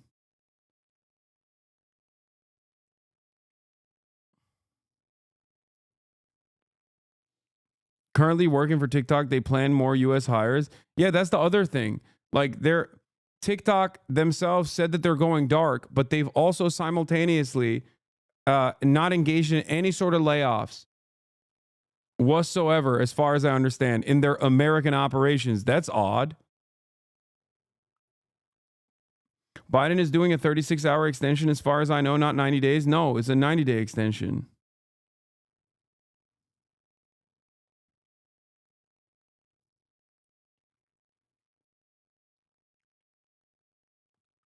It's so funny to think that these guys literally turned around yesterday.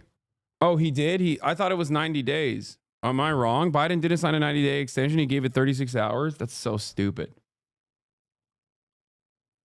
I love that this is a self-inflicted wound by the Democratic Party, by the way, that actively pushed for this.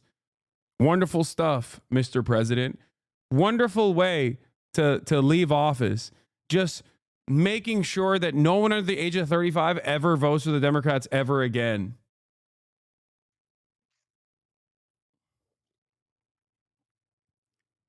It's so sweet. It's so sick. Where's that tweet with the Chuck Schumer? I'm sure you guys have that Chuck Schumer tweet, no?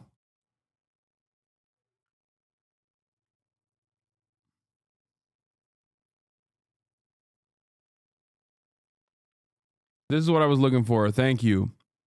No, not this. There's a video of Chuck Schumer talking about this yesterday as well. Not this. No, the video of Chuck Schumer. Very opposed to TikTok. What? No, that's not it either. But I mean, this is funny. It was a Ken Klippenstein tweet. Oh, this is the one I was looking for. Here it is. Congress panics, realizing no one's going to buy TikTok before the ban, a problem they created, with Senator Schumer saying it's clear that more time is needed to find an American buyer and not disrupt the lives and livelihoods of millions of Americans, so many influencers who have built up a good network of followers. Few words about protecting TikTok's future while also protecting America's national security at the same time. It's clear that more time is needed to find an American buyer and not disrupt the lives and livelihoods of millions of Americans. That's cool, man. What happened? You guys didn't think about that ahead of time? I'm a stupid guy. Even I could see that ahead of time. I warned this. I said this is obviously a major reason as to why it can't be banned. 7 million small businesses. 7 million small businesses, man. $11 billion of revenue generated on TikTok year over year. Are you crazy? Just because ByteDance owns it? Like, it's such a stupid move. It was such an unimaginably stupid freaking move. And ironically enough, it was so stupid that it was initially a Trump move. That's what's also fantastic about this. It's amazing that the TikTok ban was 100% a Trump GOP thing originally, that Dems found some way to completely politically own and then set up Trump to be the heroic savior of a popular platform. Absolute masterclass. Every day that goes on, I am firmly committed to the belief that the Democratic Party, if not intentionally, is operating, maybe unintentionally or intentionally, as the controlled opposition party.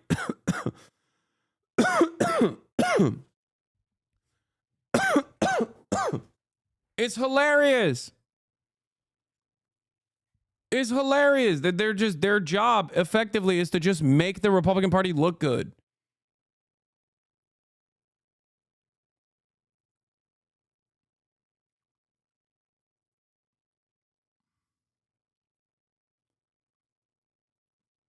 The U.S. government, especially the Dems, act against the people and against their own best interest to fulfill the interests of the Israel lobby. I don't think TikTok banning is such an unimaginable outcome despite everything. There are certain things that are more powerful.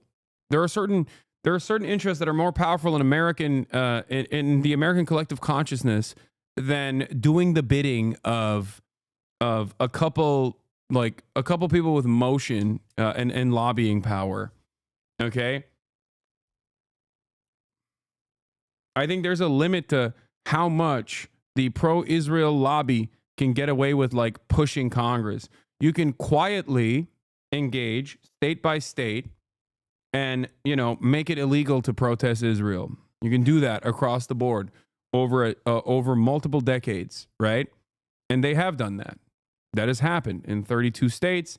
It is illegal to engage with BDS technically on paper. Okay?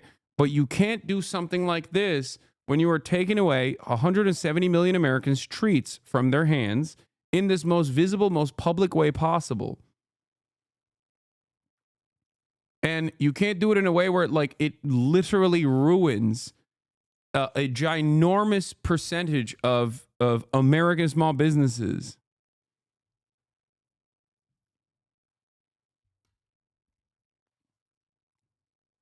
I think that even if they were to push for this, at the end of the day, there will be severe political repercussions for it. That's how I foresee it.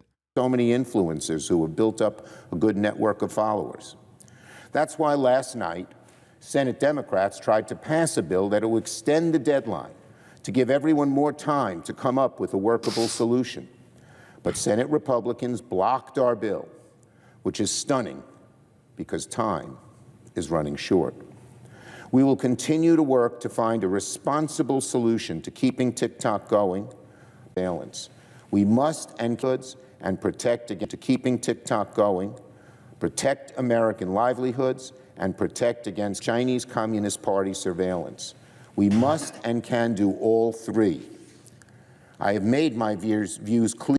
There's nothing funnier than, I mean, this is the perfect demonstration of Democratic Party incompetence, by the way. Like, they wrote the bill, they pushed the bill, they signed it into law, and now they're like, we're doing our very best to try and stop this bill that we pushed for and signed into law. Well, why did you write it? Why did you actively push for it?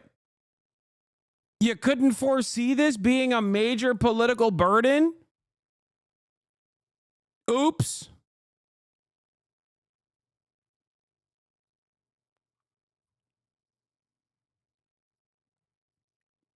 Clear to the current administration, and I will work with the Trump administration and with both parties to keep TikTok alive while protecting our national security.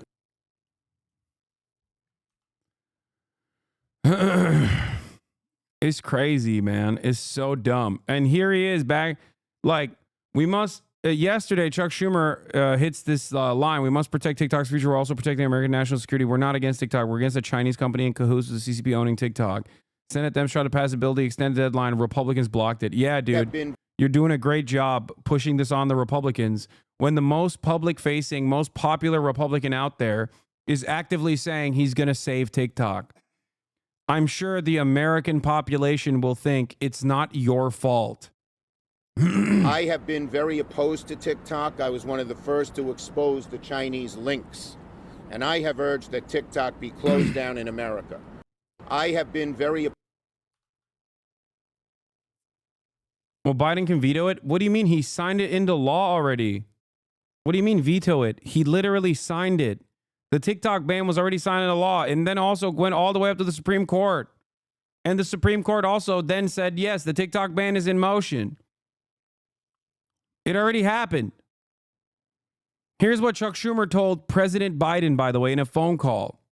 That the ban would damage his legacy if it occurred on his watch. Senator Chuck Schumer of New York, the Democratic leader, recently told President Biden in a phone call that the ban would damage his legacy if it occurred on his watch, according to two people familiar with the conversation. Mr. Schumer, who said he wanted TikTok to be sold to an American owner instead of being banned, publicly confirmed on Thursday that he had pushed Mr. Biden to extend the deadline. God, we are so stupid. I can't believe how incompetent the Democratic Party is, how stupid the Democratic Party is. None of that is actually good enough.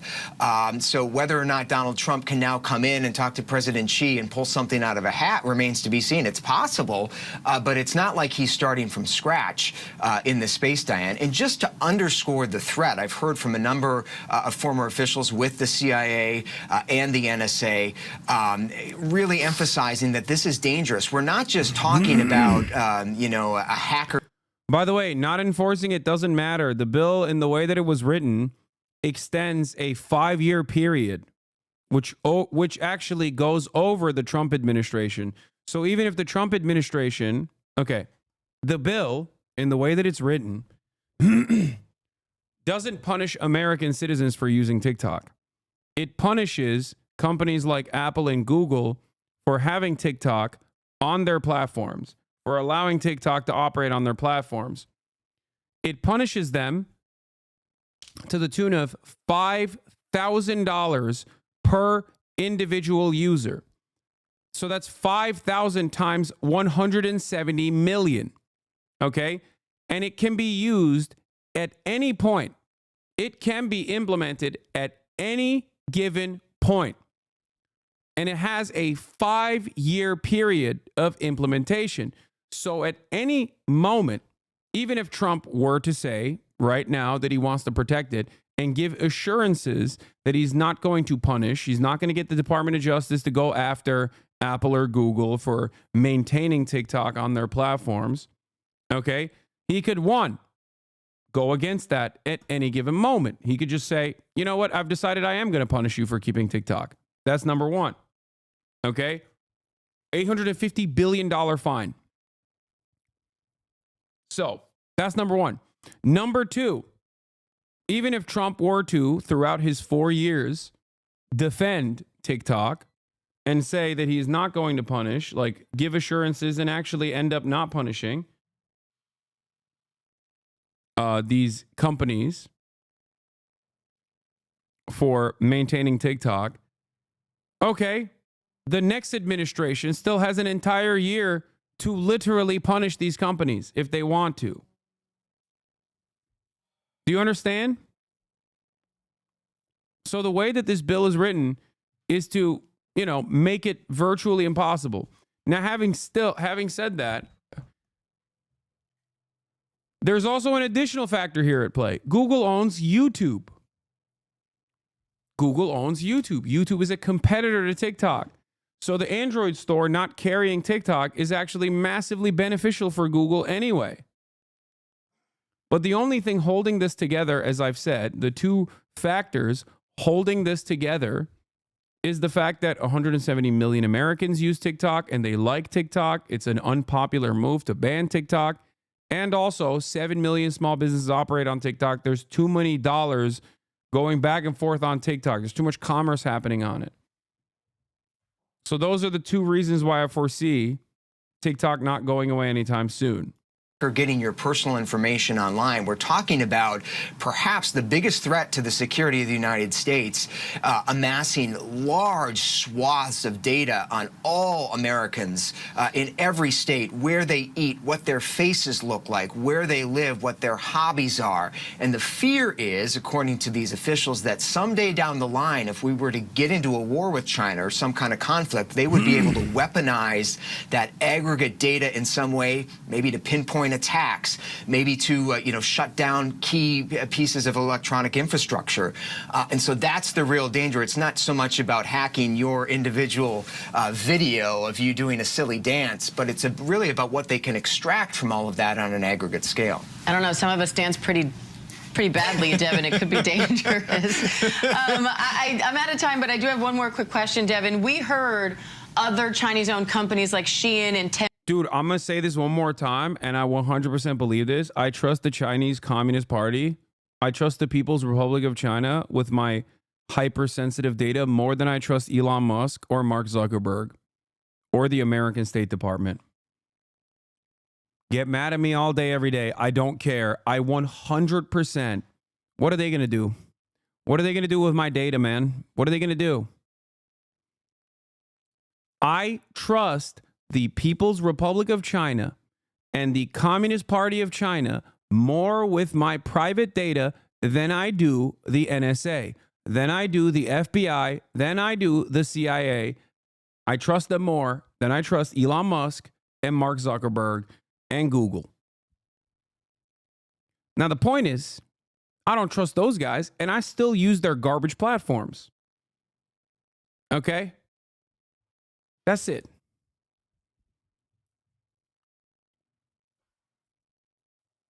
That's it.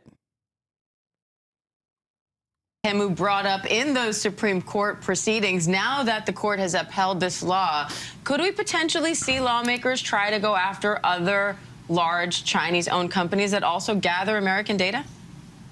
Potentially, and what it's going to be up to law enforcement now to take another look at this law, because it isn't written specifically with ByteDance and TikTok in the text, right? I mean, they were the target and the purpose of this law, but the language of the law, which was upheld today by the Supreme Court, talks about foreign adversary-owned social media platforms. There are a bunch of those, right? And so it's going to be up to the Justice Department now of the Trump administration to say whether or not they're going to target any of these other Chinese-owned companies and apps that are prevalent in our society, and whether they might seek. So many apps, dude. Virtually all video games. Like, so many video game companies. Like, wait till these geriatric monsters in Congress find out that, like, Valorant has kernel-level access to your computers, okay? Any computer that has Valorant installed in it, in an effort to maintain anti-cheat, straight up has so much more access to everything. So much more access to everything.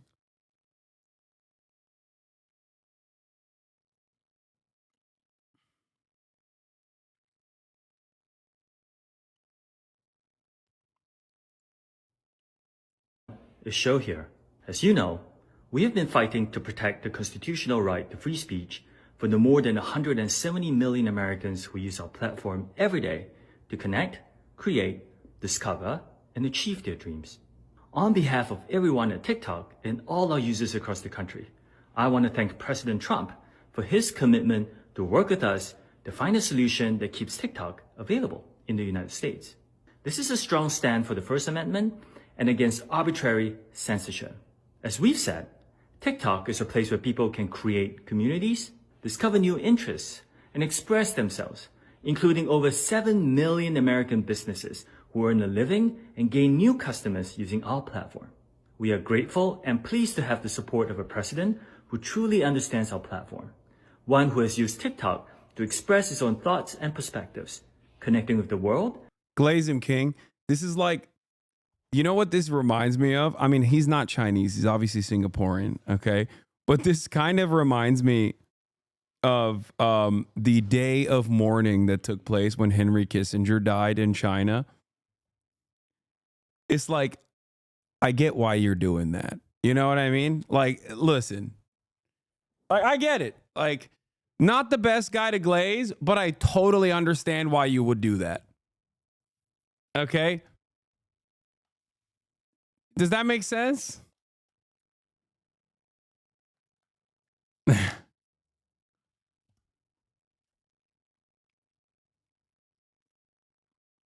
The only people on the planet that have every right to basically mourn and cherish Henry Kissinger as a positive figure in their development, in their nation state's development, is China. Because you support him in Cambodia.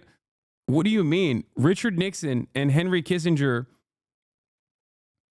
is the reason why the People's Republic of China is the official recognized nation state and not the Republic of China that is Taiwan. They opened up the floodgates of normalization.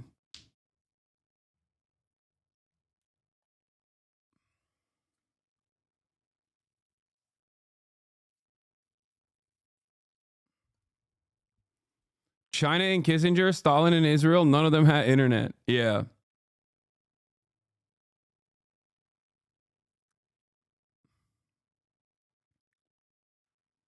Only a tiny amount of people did that, Hasan. We know what he did, my man. I'm just saying it's valid. It's valid for the Chinese government to have an official statement of mourning for Henry Kissinger in spite of his many crimes.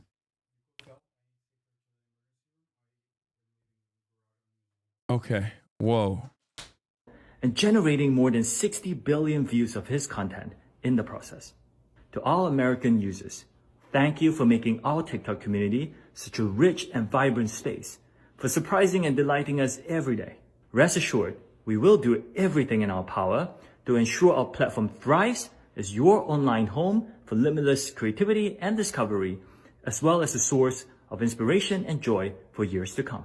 Thank you. More to come. Major breaking news. The Supreme Court just ruled that a controversial ban on TikTok may take effect on Sunday. The ruling putting the spotlight on President-elect Donald Trump. And I just spoke to him on the phone. It was a brief conversation. And this was his first reaction. I was actually telling him about how the Supreme Court ruled. And he told me, quote, in response, "It ultimately goes up to me, so you're going to see what I'm going to do. Congress has given me the decision, so I'll be making the decision." So we're going to talk to our panel about that. My goat, JD Pondon. JD Pondon, look at how hot he is. Look at how sexy he is.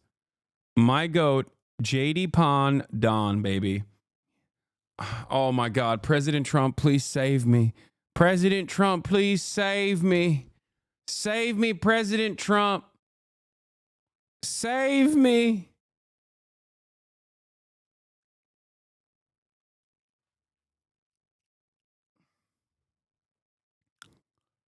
He's coming, dude. He's coming. The Trump train is coming.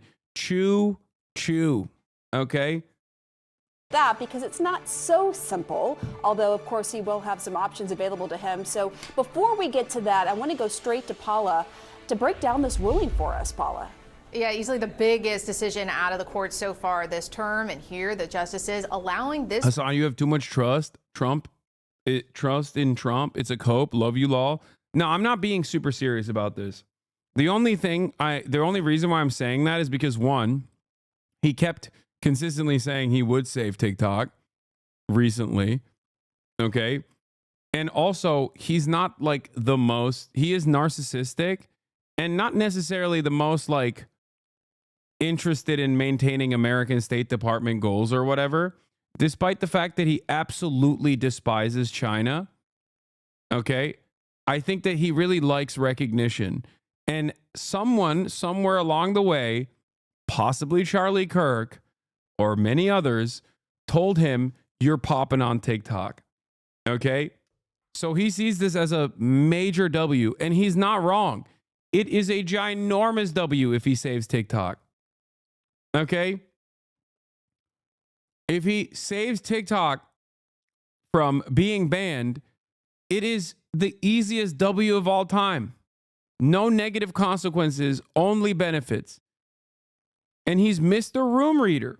And I've repeated this over and over again. As Mr. Room Reader, he had at least like the wherewithal to recognize that a lot of people were not exactly excited about what Israel was doing in Gaza. Now, make no mistake, he is super pro-Israel, but at least he ran in the exact opposite direction of the Democratic Party when it mattered. He went to Dearborn and was like, I'm gonna put an end to this. I'm gonna do it. Why did you see, as we saw, as people were tracking, 112% swing from the Democrats in parts of Michigan to the Republican Party? Because he went there and was like, "Give me the falafel. Yes, I will eat it. I'm going to stop it. I'm going to stop all the bloodshed." Okay? Like, he at least had the wherewithal to recognize how people were managing the situation, what people were expecting, and also lied to the people. You know what I mean?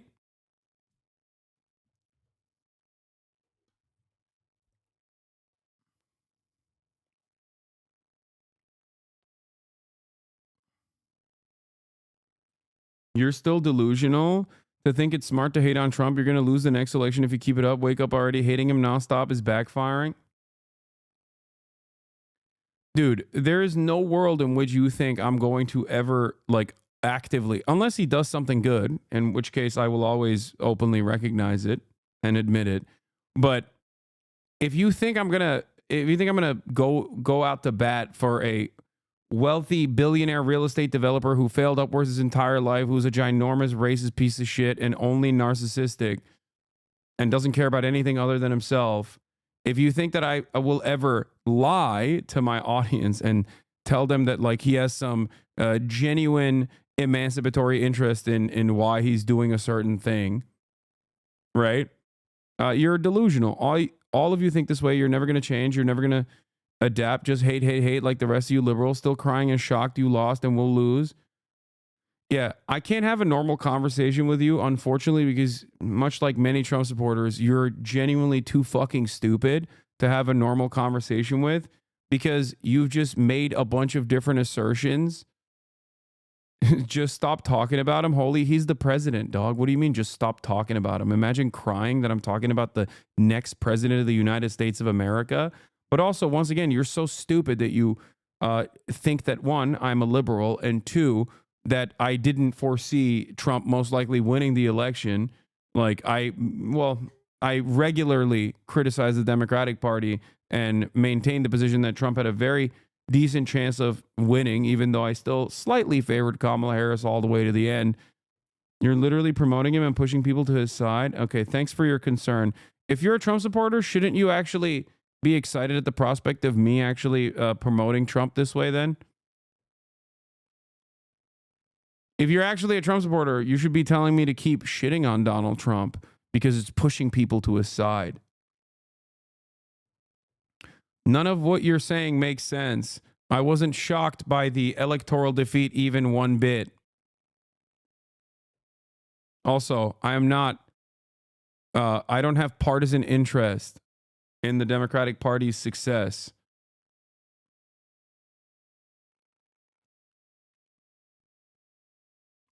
You always get hate from libs because you do give him flowers when he does something good. Dumbass Shatter. Yeah, he hasn't been here for the past couple of days, I think. Ban on the popular app TikTok to go forward amid bipartisan concerns about the national security risk posed by this app. Now, specifically, the justices were looking at a law passed last April by Congress with broad bipartisan support that said the app would be banned unless it was sold from its parent company, ByteDance. So I'm going to get tax breaks from Trump law. Brother, if you think that it's like this is something that I'm excited about, or do you think if you think that it's something that I think is good overall, you haven't been paying attention to anything I've said. I think Trump's tax code is, genuinely devastating for exacerbating the already existing American wealth inequality. I think Trump's policies in terms of his unrestricted, unlimited deportation protocol for anyone that's like slightly brown is completely unacceptable and Hitlerian. Okay. Trump is awful. He's an awful monster. But even an awful monster every now and then has the wherewithal. Anyway. Where were we? What were we talking about? All right, let's get back to Pamela Brown sharing what Trump said after the TikTok's court ruling. JD Pondon, the GOAT. Because the concern is that ByteDance has obligations and allegiances to the Chinese government. And the specific national security concern is that this app is collecting enormous amounts of data on Americans and that data could be used or manipulated in a crisis. Now, in its decision, the court said that even TikTok, quote, did not dispute that the government has an important and well-grounded interest in preventing China from collecting the personal data of tens of millions of U.S. TikTok users. Nor could they. The platform collects extensive personal information from and about its users. Now, Justice Gorsuch wrote, quote, speaking with and in favor of a foreign adversary is one thing, allowing a foreign adversary to spy on Americans is another. Now, TikTok had argued that this ban is a violation of the First Amendment. As we know, nearly 200 million Americans use this app to express themselves, everything from the news to cat videos to the latest dance craze. But the justices appeared skeptical of that argument. And in their decision today, they said, look, this is very specific. We're talking about an app that collects an enormous... It's an interesting predicament because liberals are like, liberals love resisting Trump.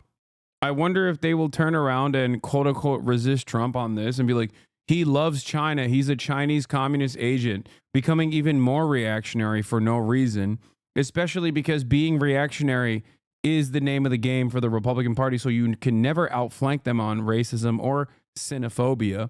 So I wonder if like liberals will try to do this silly thing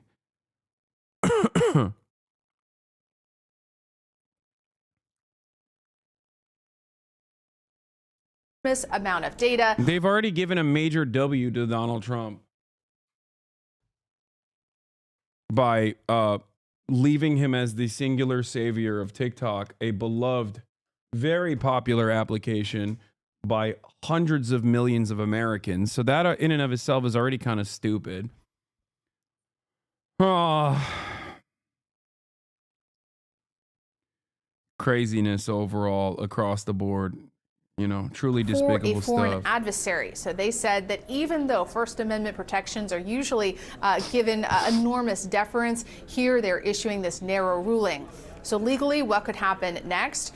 Well, it kind of falls to President-elect Trump if he is able to show that there are serious good faith negotiations underway to sell TikTok. This ban could be paused, but the Supreme Court today also could have paused this and given him more time to engage in those negotiations, and the court chose not to do that. Pam? It is funny how someone in the chat says this as well. It's funny how the news media always says, like, it's a silly dance application. Why do people like it so much?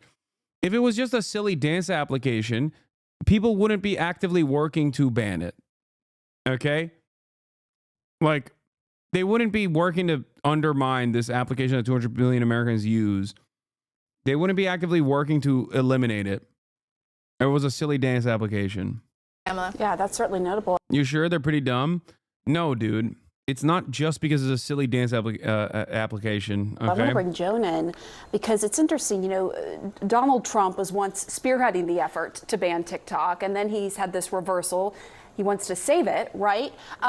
The justices actually noted that he once tried to ban it. They did, right at the top of the opinion. In a couple different instances, the justices referred to the fact that in August of 2020, Donald Trump had actually issued an executive order against TikTok. And it also noted that he had expressed concerns for the vast swaths of information that TikTok collects on American users. And that goes to the justices' grounds. Just to remind everyone what the federal government had argued here.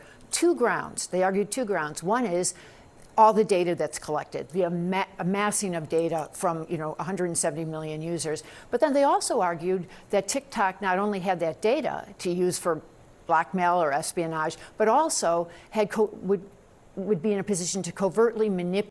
Why are there multiple people sending me the Roseanne Barr Tom McDonald song? Is this another thing that's popping in the Discord server right now that you guys think is like really funny for me to react to right now? Or is it popping in a splinter Discord server so you guys are actively going, hey, this is great. Please watch this.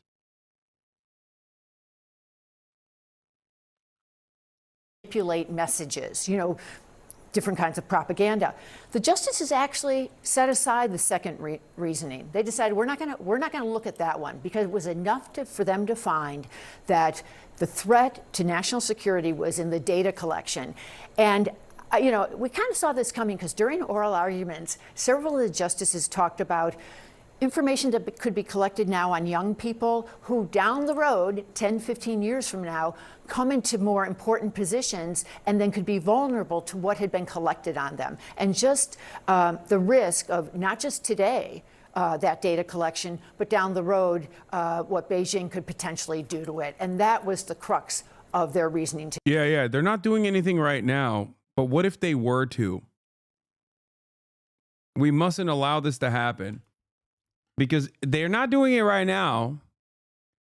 But, they could. Good argument, man. Yeah. But somehow TikTok's much worse. It's just like everything that they criticize TikTok for, I've long maintained the position that like virtually every other American-born application does worse, okay? If you're talking about like radicalizing the youth, at least in the direction of like anti-Semitism or in the direction of misinformation, like spreading misinformation, like every other platform is just as bad, if not the exact same as TikTok. Or significantly worse. We can't ban weapons of war from assassinating our children in classrooms We can't get health care.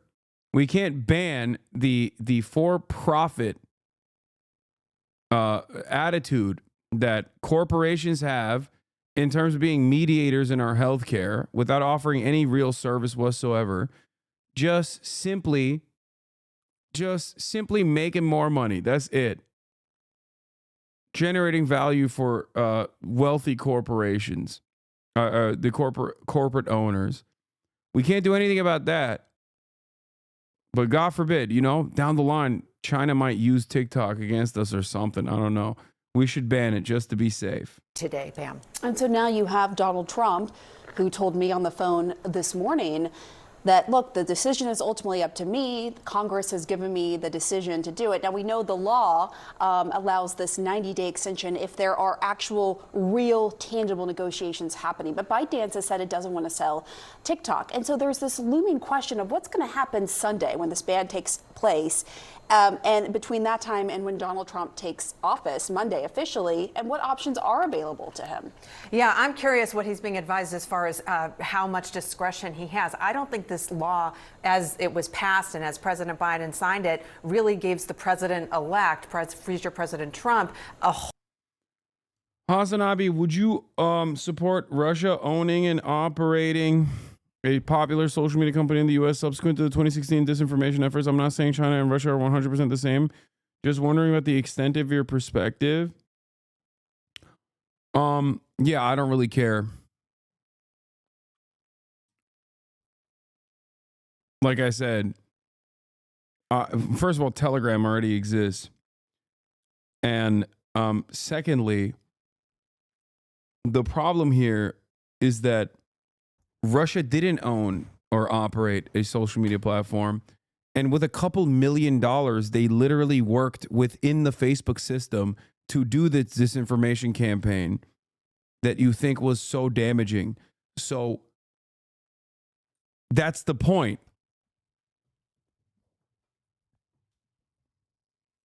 Like, my point is, there are better ways of creating a resilient defense against rising misinformation. Okay? I said this even back then.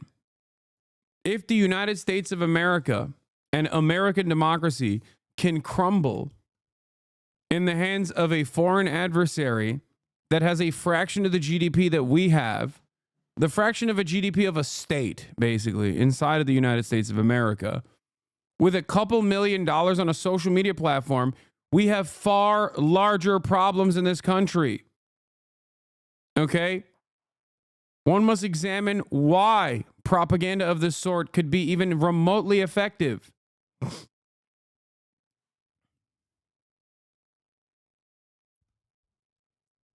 At that stage, the American education structure crumbling genuinely creates a national security problem then. But it doesn't seem like we're interested even remotely in solving that real issue. Does that make sense?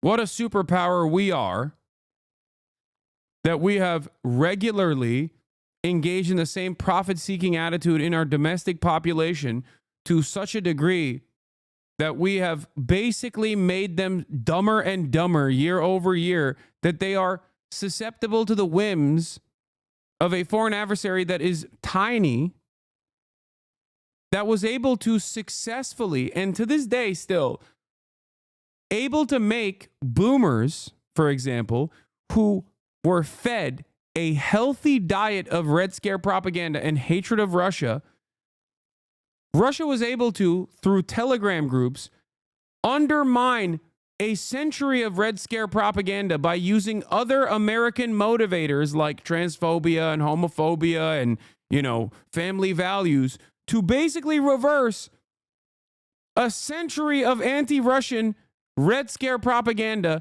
virtually overnight. How do you not see that as a major problem? Like, think about that. There's nothing funnier to me than watching Republican boomers go from Everything around the world is because Russia, scary Soviet Russia, ruined our lives and made our children gay to virtually overnight turning around and going, Russia is the only nation that wants to defend the family values. So I like Vladimir Putin and what he's doing. That happened in such a short time span. Now, that was marginal. It's not all that consequential. I think if you were to ask boomers, they still pretty much hate Russia, right? They still pretty resoundingly despise Russia and are afraid of Russia. But it's crazy that you could even change any boomer's mind on this issue. You can't even change your boomers' minds on not being homophobic.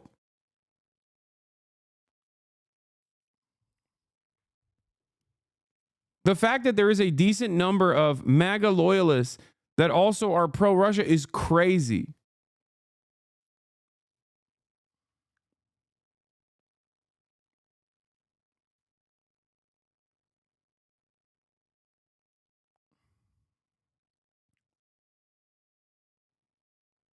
It's crazy.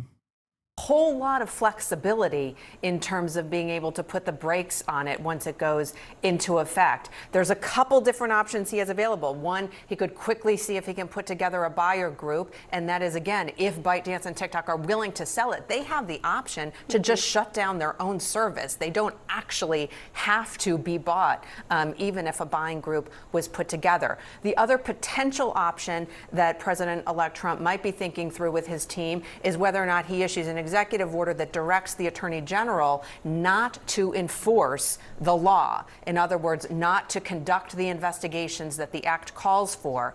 But the law actually applies to the companies that provide access to the app. So it's the companies that provide the app stores that people download it from. And that puts those companies, if he were to say, look, this law is in place, but I'm just not going to enforce it, go ahead companies and still go ahead and provide access to it, that puts the companies in a really, really difficult place because they're in a position then of potentially not complying with the law and risking huge fines. Especially for Sunday when he's not officially president. Well, right? he can't do anything before right. Sunday. We only have one president at a time. Exactly, and they've made clear, the Biden White House has made clear, look, it's the end of our term. They're going to let it go. So the question would be, once President Trump steps into office, what does he do then? And it's not so simple. The law doesn't give him a whole lot of flexibility.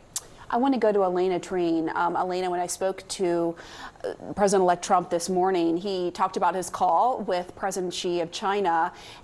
The entire system of pacification was built upon people believing the propaganda they're subjected to and the erosion of education, making them unable to understand their exploitation. Gramsci wrote about how the masses had drifted away from the traditional ideologies and towards a structure of feeling that awaited full articulation. Nerd.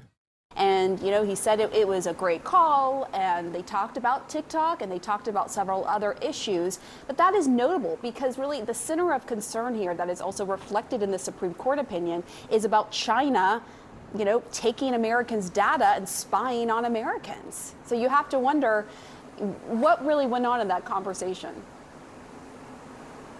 No, exactly. And I'd also keep in mind as well that there's many Republicans in Congress who voted for this bill. I mean, it was a bipartisan bill that Congress approved. Yeah, Republicans famously don't immediately backtrack when Trump says backtrack now. Yeah, Republicans in Congress are definitely going to go against Teflon Don, JD Pondon. Okay. Last year to ban TikTok by January 19th. And there's many Republicans who think that this ban needs to move forward despite what Donald Trump is saying. Look, I'd also remind you that Donald Trump himself, back in 2020, before he departed office for his first term, wanted a ban on TikTok. It's actually something that the Supreme Court cited. It's so funny that virtually every mainstream media outlet is just like, guys, you don't understand. This thing that you all enjoy, that you clearly don't care about if it's like even spying on you, is actually spying on you, and that's dangerous? Why don't you understand that it's dangerous? Hello? Please advocate for the ban of this thing, please. This thing that you like. Yes, you will never get health care. Yes, you will never have socialized medicine. You will, like, all medication will cost an incredible sum in perpetuity. You'll never be able to retire. You'll never be able to own a home. And the very last thing that you use to basically forget that harrowing reality, we're going to take away from you, but it's good. It's for your own good. The government will only operate in a meaningful way, in a way where it actually has a tangible impact on your life, if it's negative. Okay, if it takes away your last treat, the treat that you use to just kind of forget how shitty your reality is, please understand it's good. It's a good thing. It's a good thing. I promise it's a good thing. Nobody under the age of 40 is looking at that and going, yeah, I love that. Thank you. Thank you for taking my treat away. I really love that. Just kill me now, please. In its decision today that he felt that there were national security concerns about a Chinese-owned company owning TikTok. Of course, now we are seeing really the stunning reversal from him. A lot of this is, and we've heard this from Donald Trump. Like, I'm willing to bet that TikTok as a treat is so powerful that even if it was like somehow undermining people's privacy in a more meaningful way than other applications, because it doesn't currently, okay? People will still be like, no, don't ban it. I don't care. I like it. But the very fact that like every American understands that they are constantly being spied on, like constantly, that they have no semblance of privacy on any of the other app platforms, where at least TikTok is more fun than Instagram Reels, they want the more fun thing. You know what I mean? It's just like, if all the other platforms had like severe privacy restrictions and privacy protections, and TikTok was the only one where it was just like all hands on deck, you know, even then Americans would still be like, I don't really care. But the hilarity of the situation is that there's no privacy anyway. Directly in his own words, he believes Eastern Europe is proof that TikTok is dangerous. Yo, not to take away the spotlight from the precious US of A, but can you check out TikTok has been used in Eastern European elections? The ban is totally justified. There are talks to ban it in the EU as well. Regardless of Chinese intention, TikTok is a very useful tool and weapon of manipulation, not propaganda necessarily. All right, bro, then deal with it on your own, all right? Don't come in here with some shit about Romania. I'm sorry, all right? I know what you're talking about. But yeah, that seems like a Romanian issue, all right? Deal with it on your own then.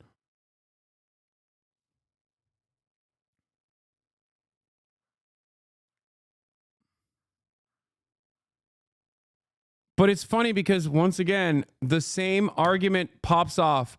Facebook can be utilized in the exact same way. Facebook is utilized in the exact same way. It's not about TikTok. Okay? YouTube could be utilized in the exact same way.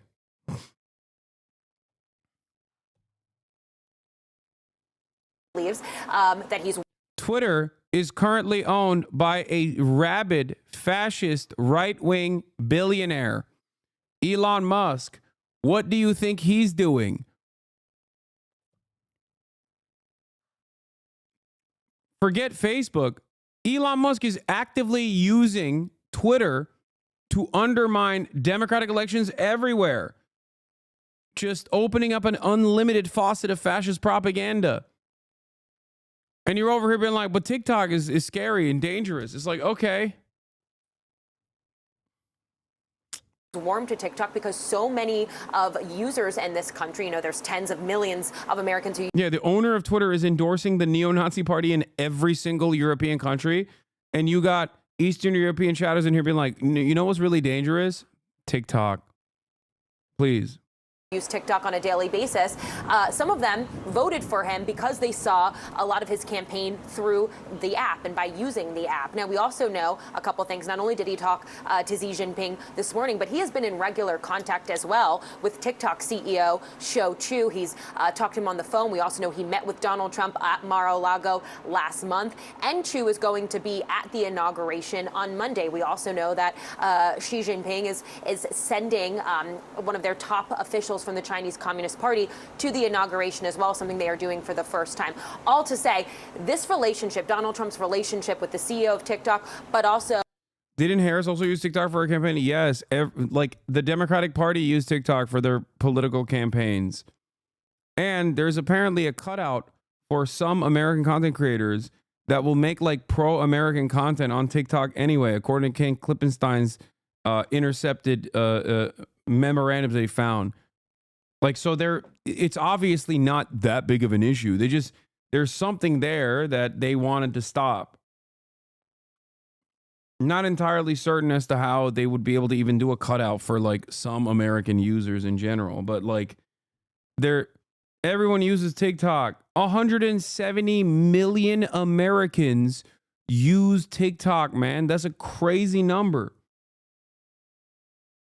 Xi Jinping is definitely one of those complicating matters in all of this. Even though Donald Trump has, really said that he wants to take a hardline policy on China, he also has Marco Rubio, if he is confirmed to be his Secretary of State, someone who is very much a hawk on China. He's actually sanctioned by Beijing. All of this is weighing into this decision. But I think the key thing is what Donald Trump is going to do once he is in office. And we do know that he is weighing an executive order to potentially push pause on this ban to see if they can find some sort of agreement with TikTok. I'm told in a short amount of time, maybe 60 to 90 days to put pause on this so they can try to find some sort of negotiation. So all of this is under consideration. But again, we will not know until Donald Trump officially makes that move once he is in office. Here's the latest on the TikTok ban. It's official. The app TikTok is set to be banned. To the U.S. government, I'm never forgiving you for this. That's awesome. TikTok and its US users campaigned hard to block the law banning it in America. Yeah, and then they found out once again that the American government does not give a single solitary shit about their opinions. If there's anything that could maybe radicalize you in this moment, I hope that this is it.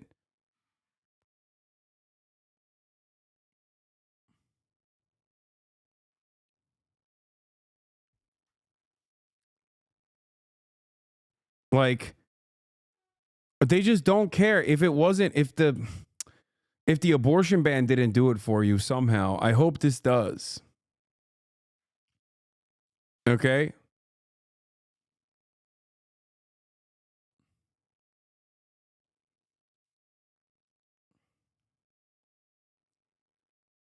Holy moly.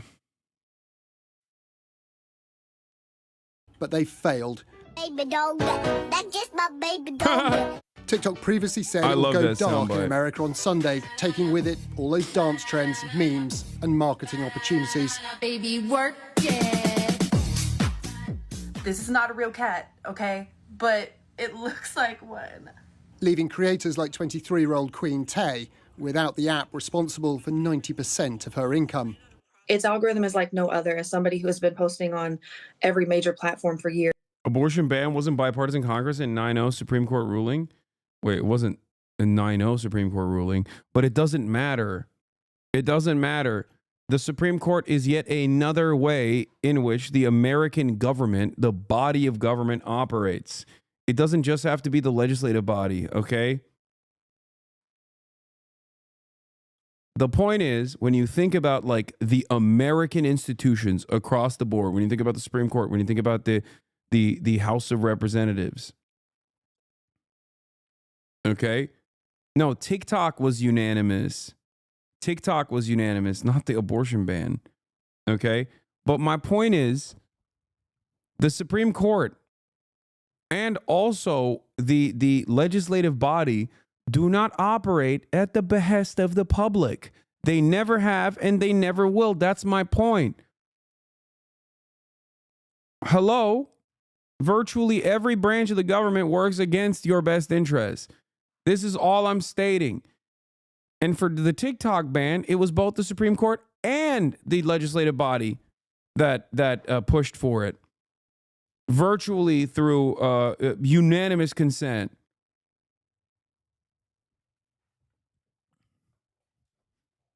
Supreme Court 9-0, TikTok ban came with like majority numbers as well. Do you think that was reflective of the broader popular sentiment from the American public? Of course not. But it doesn't matter. It doesn't matter. It never has mattered. So even if the abortion ban came through from the Supreme Court, it doesn't change that dynamic at all, because I'm thinking about it from the perspective of the average American citizen.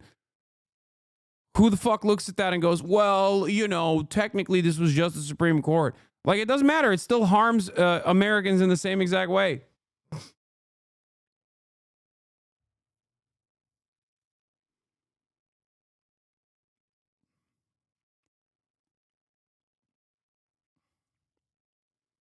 It may be reflective of how Supreme Court feels about the value. Okay, but like Congress was overwhelmingly in support of banning it. That's how it even got to the Supreme Court to begin with. Now, one must ask the question why.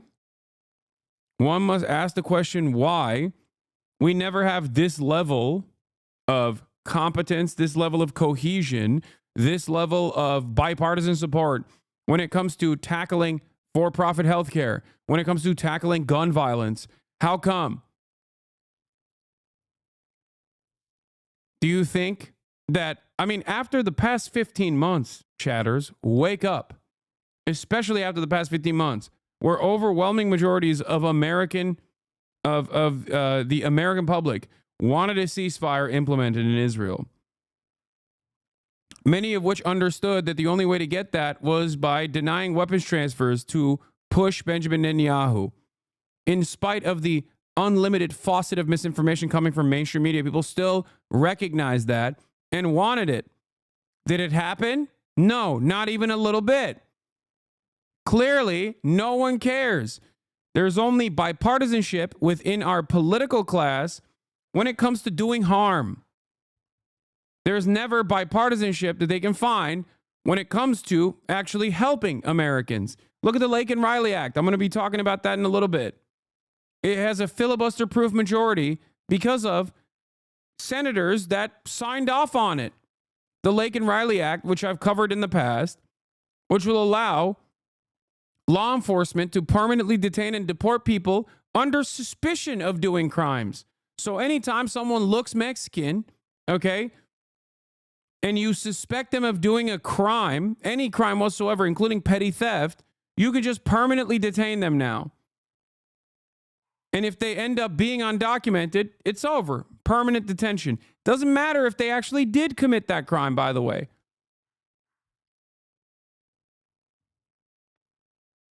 That's federal law.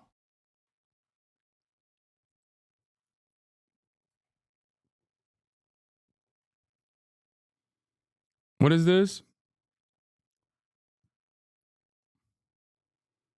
Thank God. TikTok influencers get a freaking job. Queen Tay get a freaking job. Lamau, and provide zero freaking value to society. Get a real freaking job. Maybe save people from their low IQ attention span.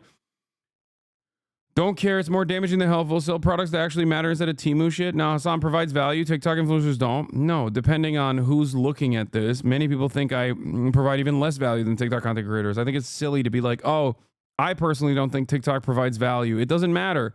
The alternative is what? Becoming an Instagram influencer? You're on Twitch, chatter. Come on.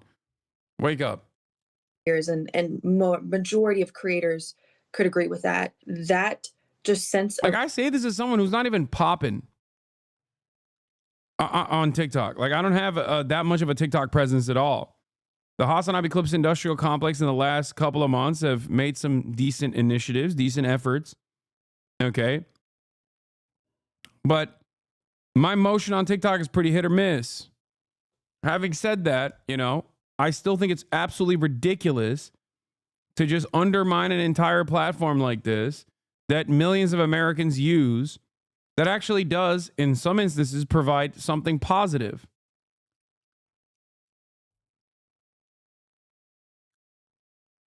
I think it's crazy. Opportunity, that being lost will be devastating. So will America's 170 million TikTok... Also, what's funny is people are talking about how, like, Xiaohongshu is actually, like, banning gay people or whatever. You can't say cisgender on Twitter without being limited, okay, openly. But not only that, but also, no, they're not banning LGBT people on Xiaohongshu. What the frick?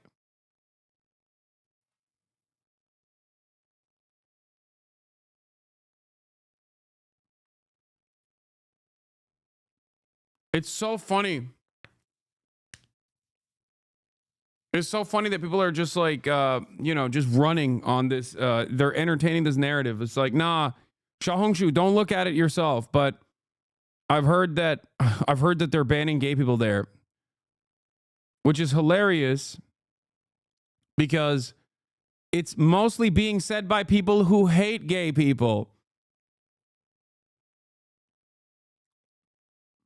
TikTok users wake up on Sunday morning to find their favourite app is dead? Or could he get a stay of execution? It seems Donald Trump doesn't want to be the president whose first act in office is to terminate TikTok. He'd rather be the one who saves it. President Trump first backed the ban based on fears TikTok's Chinese ownership compromised American national security. But now he's changed his mind. With billions of views, billions and billions of views, they brought me a chart, and it was a record, and it was so beautiful. This unironically is probably the last saving grace here. It's not even a joke. Like, this straight up is like the only thing that's saving TikTok, most likely. To see, and as I looked at it, I said, maybe we got to keep this sucker around a little while. He's indicated he'll extend President Biden's pledge not to prosecute any violation of the ban, provided TikTok is sold to an American owner. But it's not a tune TikTok is dancing to, nor Beijing, which must approve any deal. They refuse to sell. Legal experts think TikTok is unlikely to ignore an act of Congress, and President Trump doesn't have the power to either. Trump is inclined to do anything he manages to have the logistical and practical power to do. But we're kind of skirting a number of constitutional crises if he does that. His job as chief executive is to enforce and uphold the law. And if he's not enforcing and upholding the law, that's a problem. Barring a repeal of the law by Congress or an unlikely climb down by Beijing, it'll be tough to keep TikTok alive in America, even for the deal maker in chief. Tom Clark, Sky News. You mentioned Kevin O'Leary. He's with us now on the telephone. And sir, good day to you. You have made no secret of your quest. What's the price tag? How far have you gotten? Kevin. Yep, sorry. Okay, so what we have here is the clock ticking. And what I think a lot of people don't understand about this situation, which is a derivative of the order, but this is where it gets complex. As of midnight on the 19th, any service provider that could...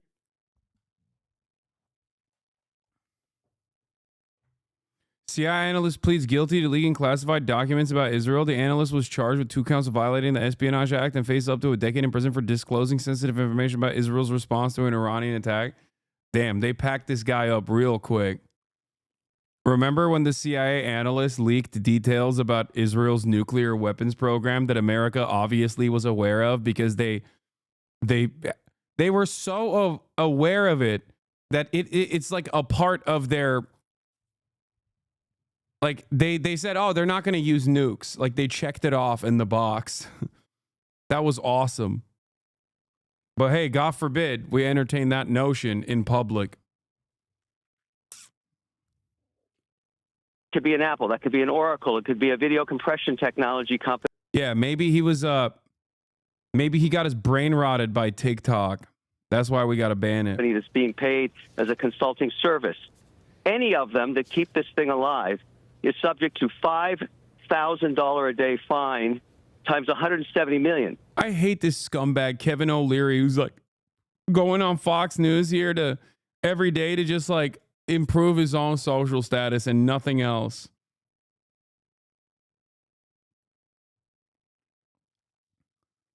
First of all, you're a Canadian, okay? Go deal with your own country. Go deal with your own country. Nonsensical, okay? Secondly, you got no motion. He's just on there every day to talk about how scary TikTok is, basically. That's it. And how they must ban it. And the only reason why he's saying that is because he wants his buddies to purchase it potentially. That's over $1 billion a day. Now, if you're the counsel for any of these companies right now in the last 15 minutes, you're advising your executive and the board that the risk inherent here is the first $1.7 billion of fines is going to be implemented, maybe or maybe not, until the executive order, which is untested. Yeah, Kevin O'Leary killed a woman in a boating accident and blamed his wife for it. We don't know if an executive order can override a law from Congress. There's a case in 1937 that was used successfully, but you don't know. So as of right now, unless the company enters into a agreement to be purchased by an American syndicate, and Biden, who's the executive right now, waives for 90 days, this thing goes dark at midnight. Because God, I hate reactionary Canadians even more, because like they always come to America and just behave in this ridiculous manner.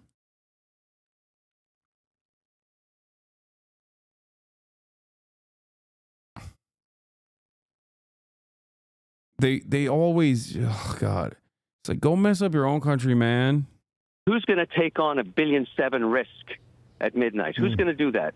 What counsel would advise? This is the most interesting, complicated, crazy situation I've ever been involved in. I'm really excited about it. So it's been said that the CCP out of Beijing. Like, this is just false. Look at this. 85,000 likes. Chinese app red notice. Removing LGBTQ content and suspending accounts. Hilarious to say this. Not only is it false, but hilarious to say this on Twitter, of all places, where there are numerous anti-queer terrorists that are some of the most prominent accounts on the platform and routinely get elevated by the owner of the platform. This is happening in the same week where Facebook's very own Dick Zuckerberg came out and was like, oh yeah, dude, if you want to say, like, you know, trans people are mentally ill, then you're totally allowed to do it on Meta.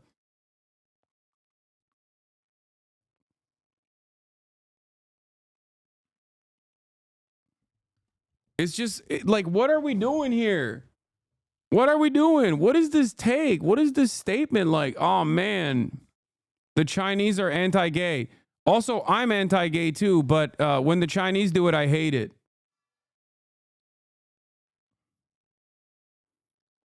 Oh my God. Oh my God. Oh my God. That very same account.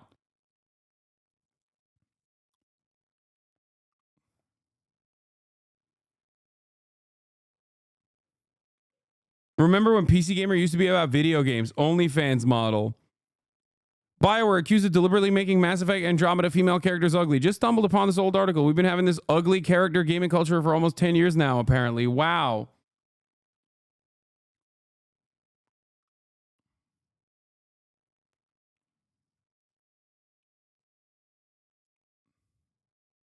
Guess what subreddit is believing it? Of course. The funniest part is they literally didn't see that coming. It's just like all of these people who are anti-gay being like, well, when China does it, it's bad. When they're not even doing it. No one cares. Chinese apps do definitely have a lot of a hair trigger on bans, for sure. I mean, TikTok included. Okay. But it's funny to be like, yeah, they're unconditionally banning all of the gay accounts when they're not doing that, while you simultaneously are openly anti-gay.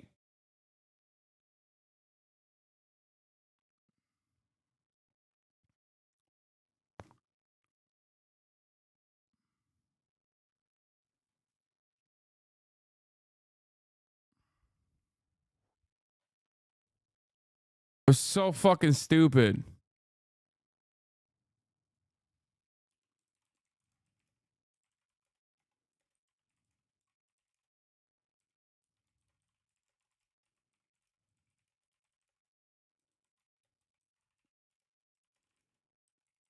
On the application,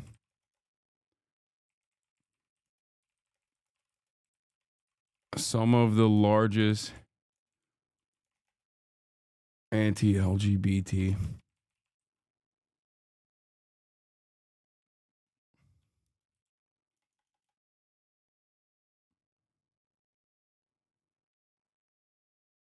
Anyway. I said something so funny about just lying about this while also being anti-queer on the application that promotes some of the largest anti-LGBT terrorists.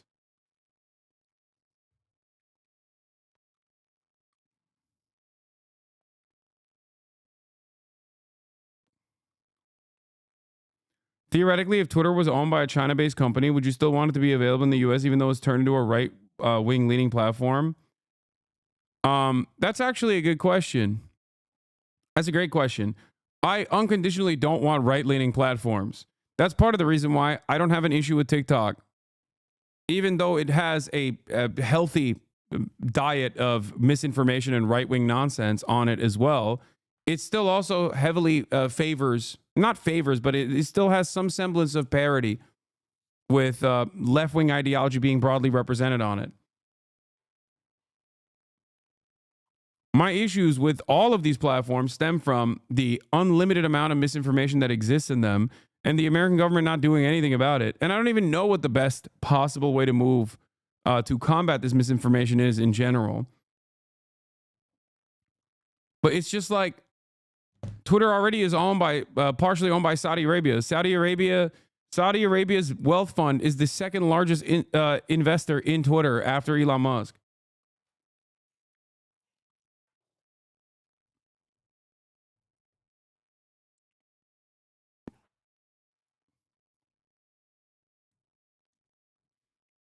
But yeah, Red Note is like, as far as I understand, is like super gay. So that's why it's funny that they're like, oh, they're very anti-LGBT over there. It's just not the case.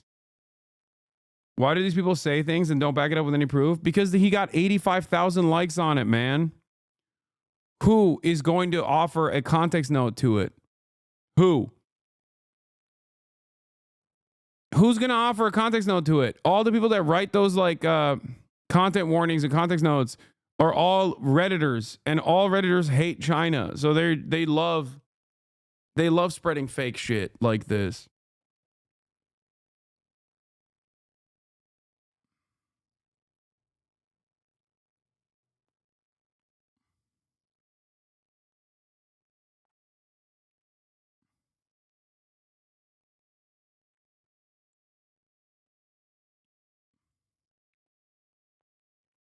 Yeah, no, they're not. Hey, I'm a Redditor for like 16 years and don't hate China. Okay, you're one of the few. Also, why would you ever admit that you've been a Redditor for 16 years?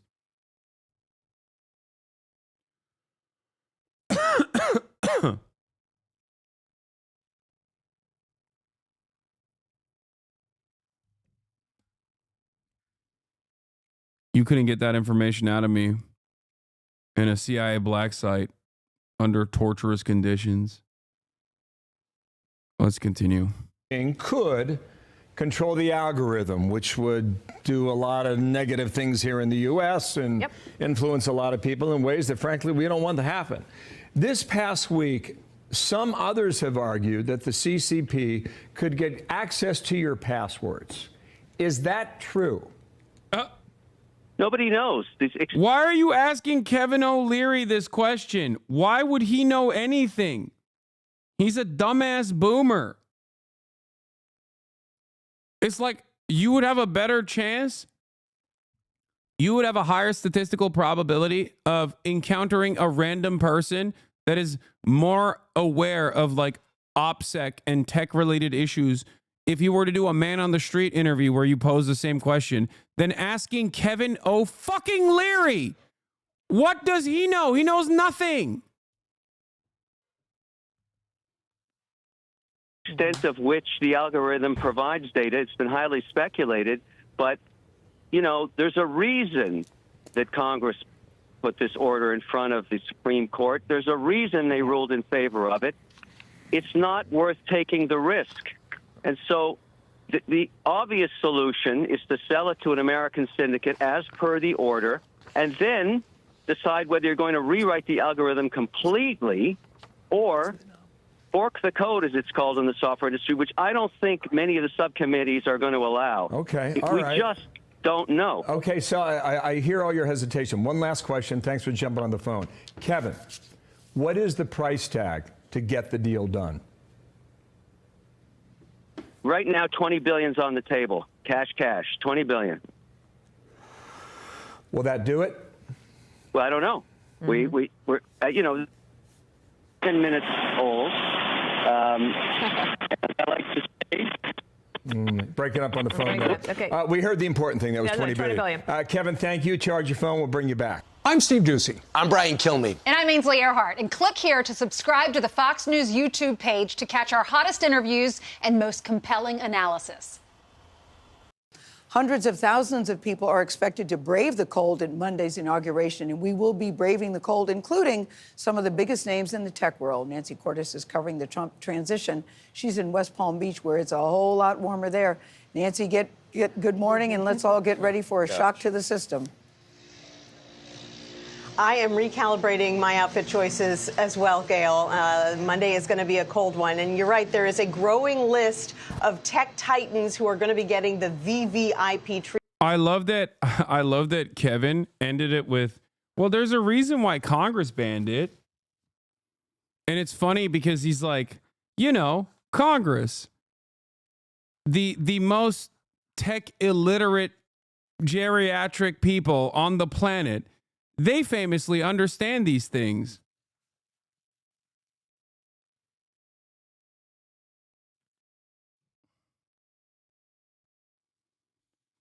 Oh, if Congress in our gerontocracy were to come to this conclusion, then it must be true.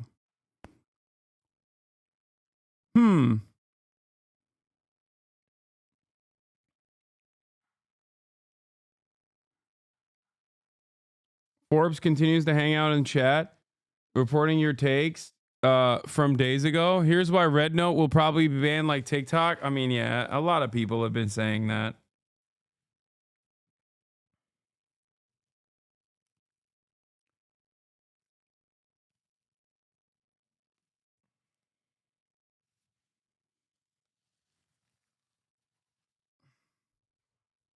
Treatment on Monday at the inauguration. The latest is the CEO of TikTok. He is going to be joining Elon Musk, Mark Zuckerberg, Jeff Bezos, and the CEOs of Apple and Google, who have all been invited to sit right up on the platform where Trump will be sworn in. That's a flex, by the way. This is straight up a flex. Our tech oligarchs, everybody, they're all on board. All matter of communications platforms are now completely servile to the great God King Donald Trump. Alongside Trump family members, former presidents, and cabinet picks. Now, most of these CEOs have been on something of a charm offensive in recent weeks, visiting Trump at Mar-a-Lago, donating millions of dollars to his inaugural committee. And it sure sounded like that's exactly what President Biden was referring to in his farewell speech the other night, when he warned for the first time about what he called the tech industrial complex and a growing American oligarchy.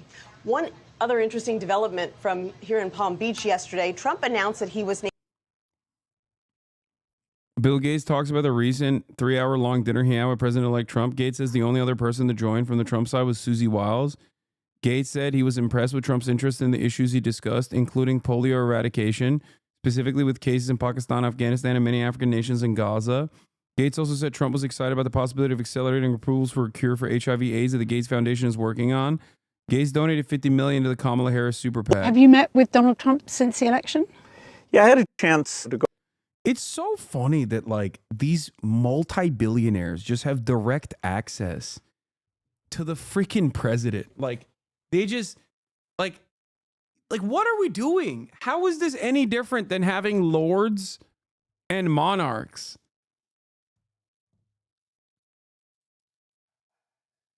It's so I don't know. Maybe I'm the friend who's too woke. I don't know, but it just feels crazy to me that they're just like, that's just a guy, man.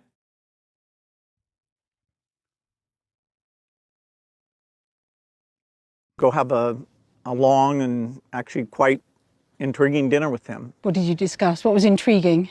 Well, we touched on a lot of things. It was over 3 hours. To my surprise, it was, just he and I, his chief of staff, Susie Wiles, and the person who helps manage things for me, Larry Cohen. So the four of us sat there, and it was quite wide-ranging. Global health's the area that I work in, and such amazing things have happened and can happen. It was not in public before. Yes, it was. It was, but they're just flexing at this point. They're just so much. It was readily available to those who seek out this information, but nowadays I think it's even more in your face. That's the only difference. Like it's just crazy, man. Like people always flex about how like we're above this now. Like we're no longer living in a feudal state. When we just have a neo serfdom, a tech feudalism, if you will, in America. And yeah, the lords are kissing the ring of the new God ordained monarch.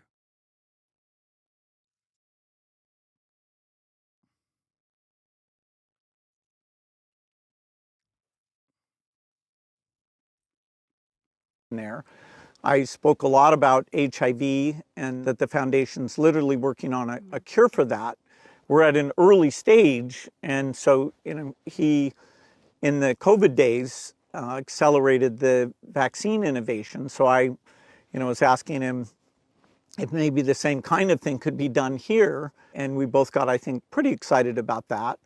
We talked about polio. Why do you think Microsoft is not kissing the ring? Yes, he is. What are you talking about? He had a 3-hour conversation with the president-elect. I don't really get why Bill Gates is back. Could you explain? Yeah, I mean, where do I begin? In spite of all of the innovative research that he talks about in the field of medicine, Bill Gates literally personally went to AstraZeneca, went to Oxford, and made sure that the patents for AstraZeneca at a time when everyone needed the COVID vaccine was maintained as private IP, because he was genuinely afraid that if the international governments decided that in times of crisis you can actually open up patents, that would spell trouble for his bottom line, considering that his entire work revolves around enclosures around intellectual property, enclosures around software. So he actually staved off global cooperation in the scientific community and most likely caused many people to die as a consequence of that. If AstraZeneca was able to freely deliver its patent to India, the global South would have gotten cheap access to the COVID vaccine instantly. He also lied in the process. He said, don't actually publicize this patent, because if you do, India is not capable of creating a competent enough vaccine. It doesn't have the facilities to create these vaccines in the same way. If you universalize this patent, then India will make bad vaccines, and it will cause a lot of people to be anti-vaxxers because people will die. Now, of course, what's really crazy about that is that India has the facilities to create the vaccines to begin with. That's so insane for him to say. It's like insanely racist for him to say.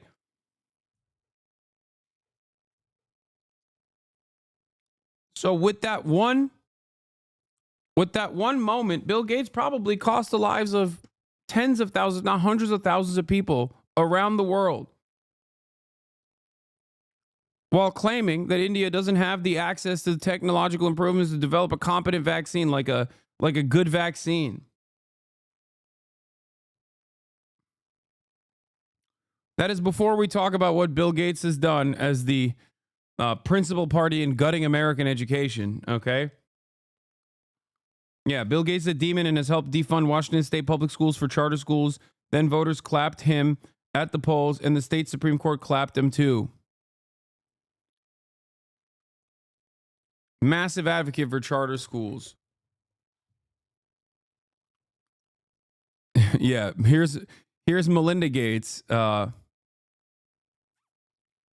Following criticism, the Gates Foundation encouraged Oxford to sell the exclusive rights to its vaccine to AstraZeneca instead of allowing it to be open source. Melinda Gates that Oxford needed to partner with a pharmaceutical company to provide its vaccine. She added that the Gates Foundation can now work to ensure the vaccine is affordable.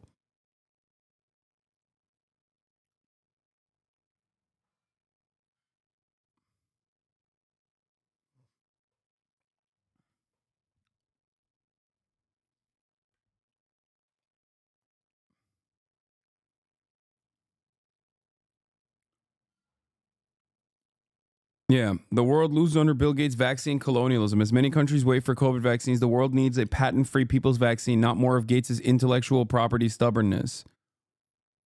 Purely self-interested, by the way. It's a dangerous, I covered this extensively at the time, an incredibly dangerous precedent for the likes of Bill Gates and many other billionaires if one were to see a world rid of the patent structure where there is endless cooperation in the field of innovation, across the board, whether it be software, hardware, medicine, anything, pharmaceuticals. Because if people got a little taste of that international cooperation and actually were able to innovate dramatically, because there is unlimited potential in the global south, as I always like to say, that would be devastating for these profit seekers who seek to continue enforcing enclosures on data, basically.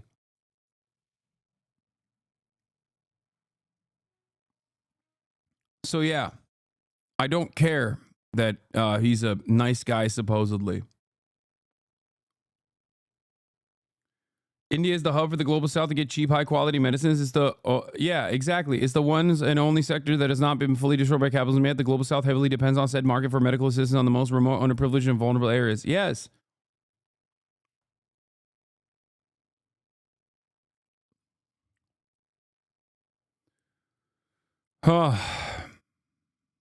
So yeah, fuck Bill Gates. Naming Jon Voight, Mel Gibson, and Sylvester Stallone to be his, quote, special envoys to Hollywood, a new position to promote American filmmaking. That led to a rather amusing statement from Mel Gibson, who said that he found out about it at the same time we all did, but that he is ready to heed the call. Gail? All right, Nancy, thank you very much. On Mondays, CBS Mornings will come to you live from the National Mall in Washington, D.C. Then CBS News will bring you extensive coverage of the presidential inauguration. Starts at 9 o'clock Eastern Time, right after our show.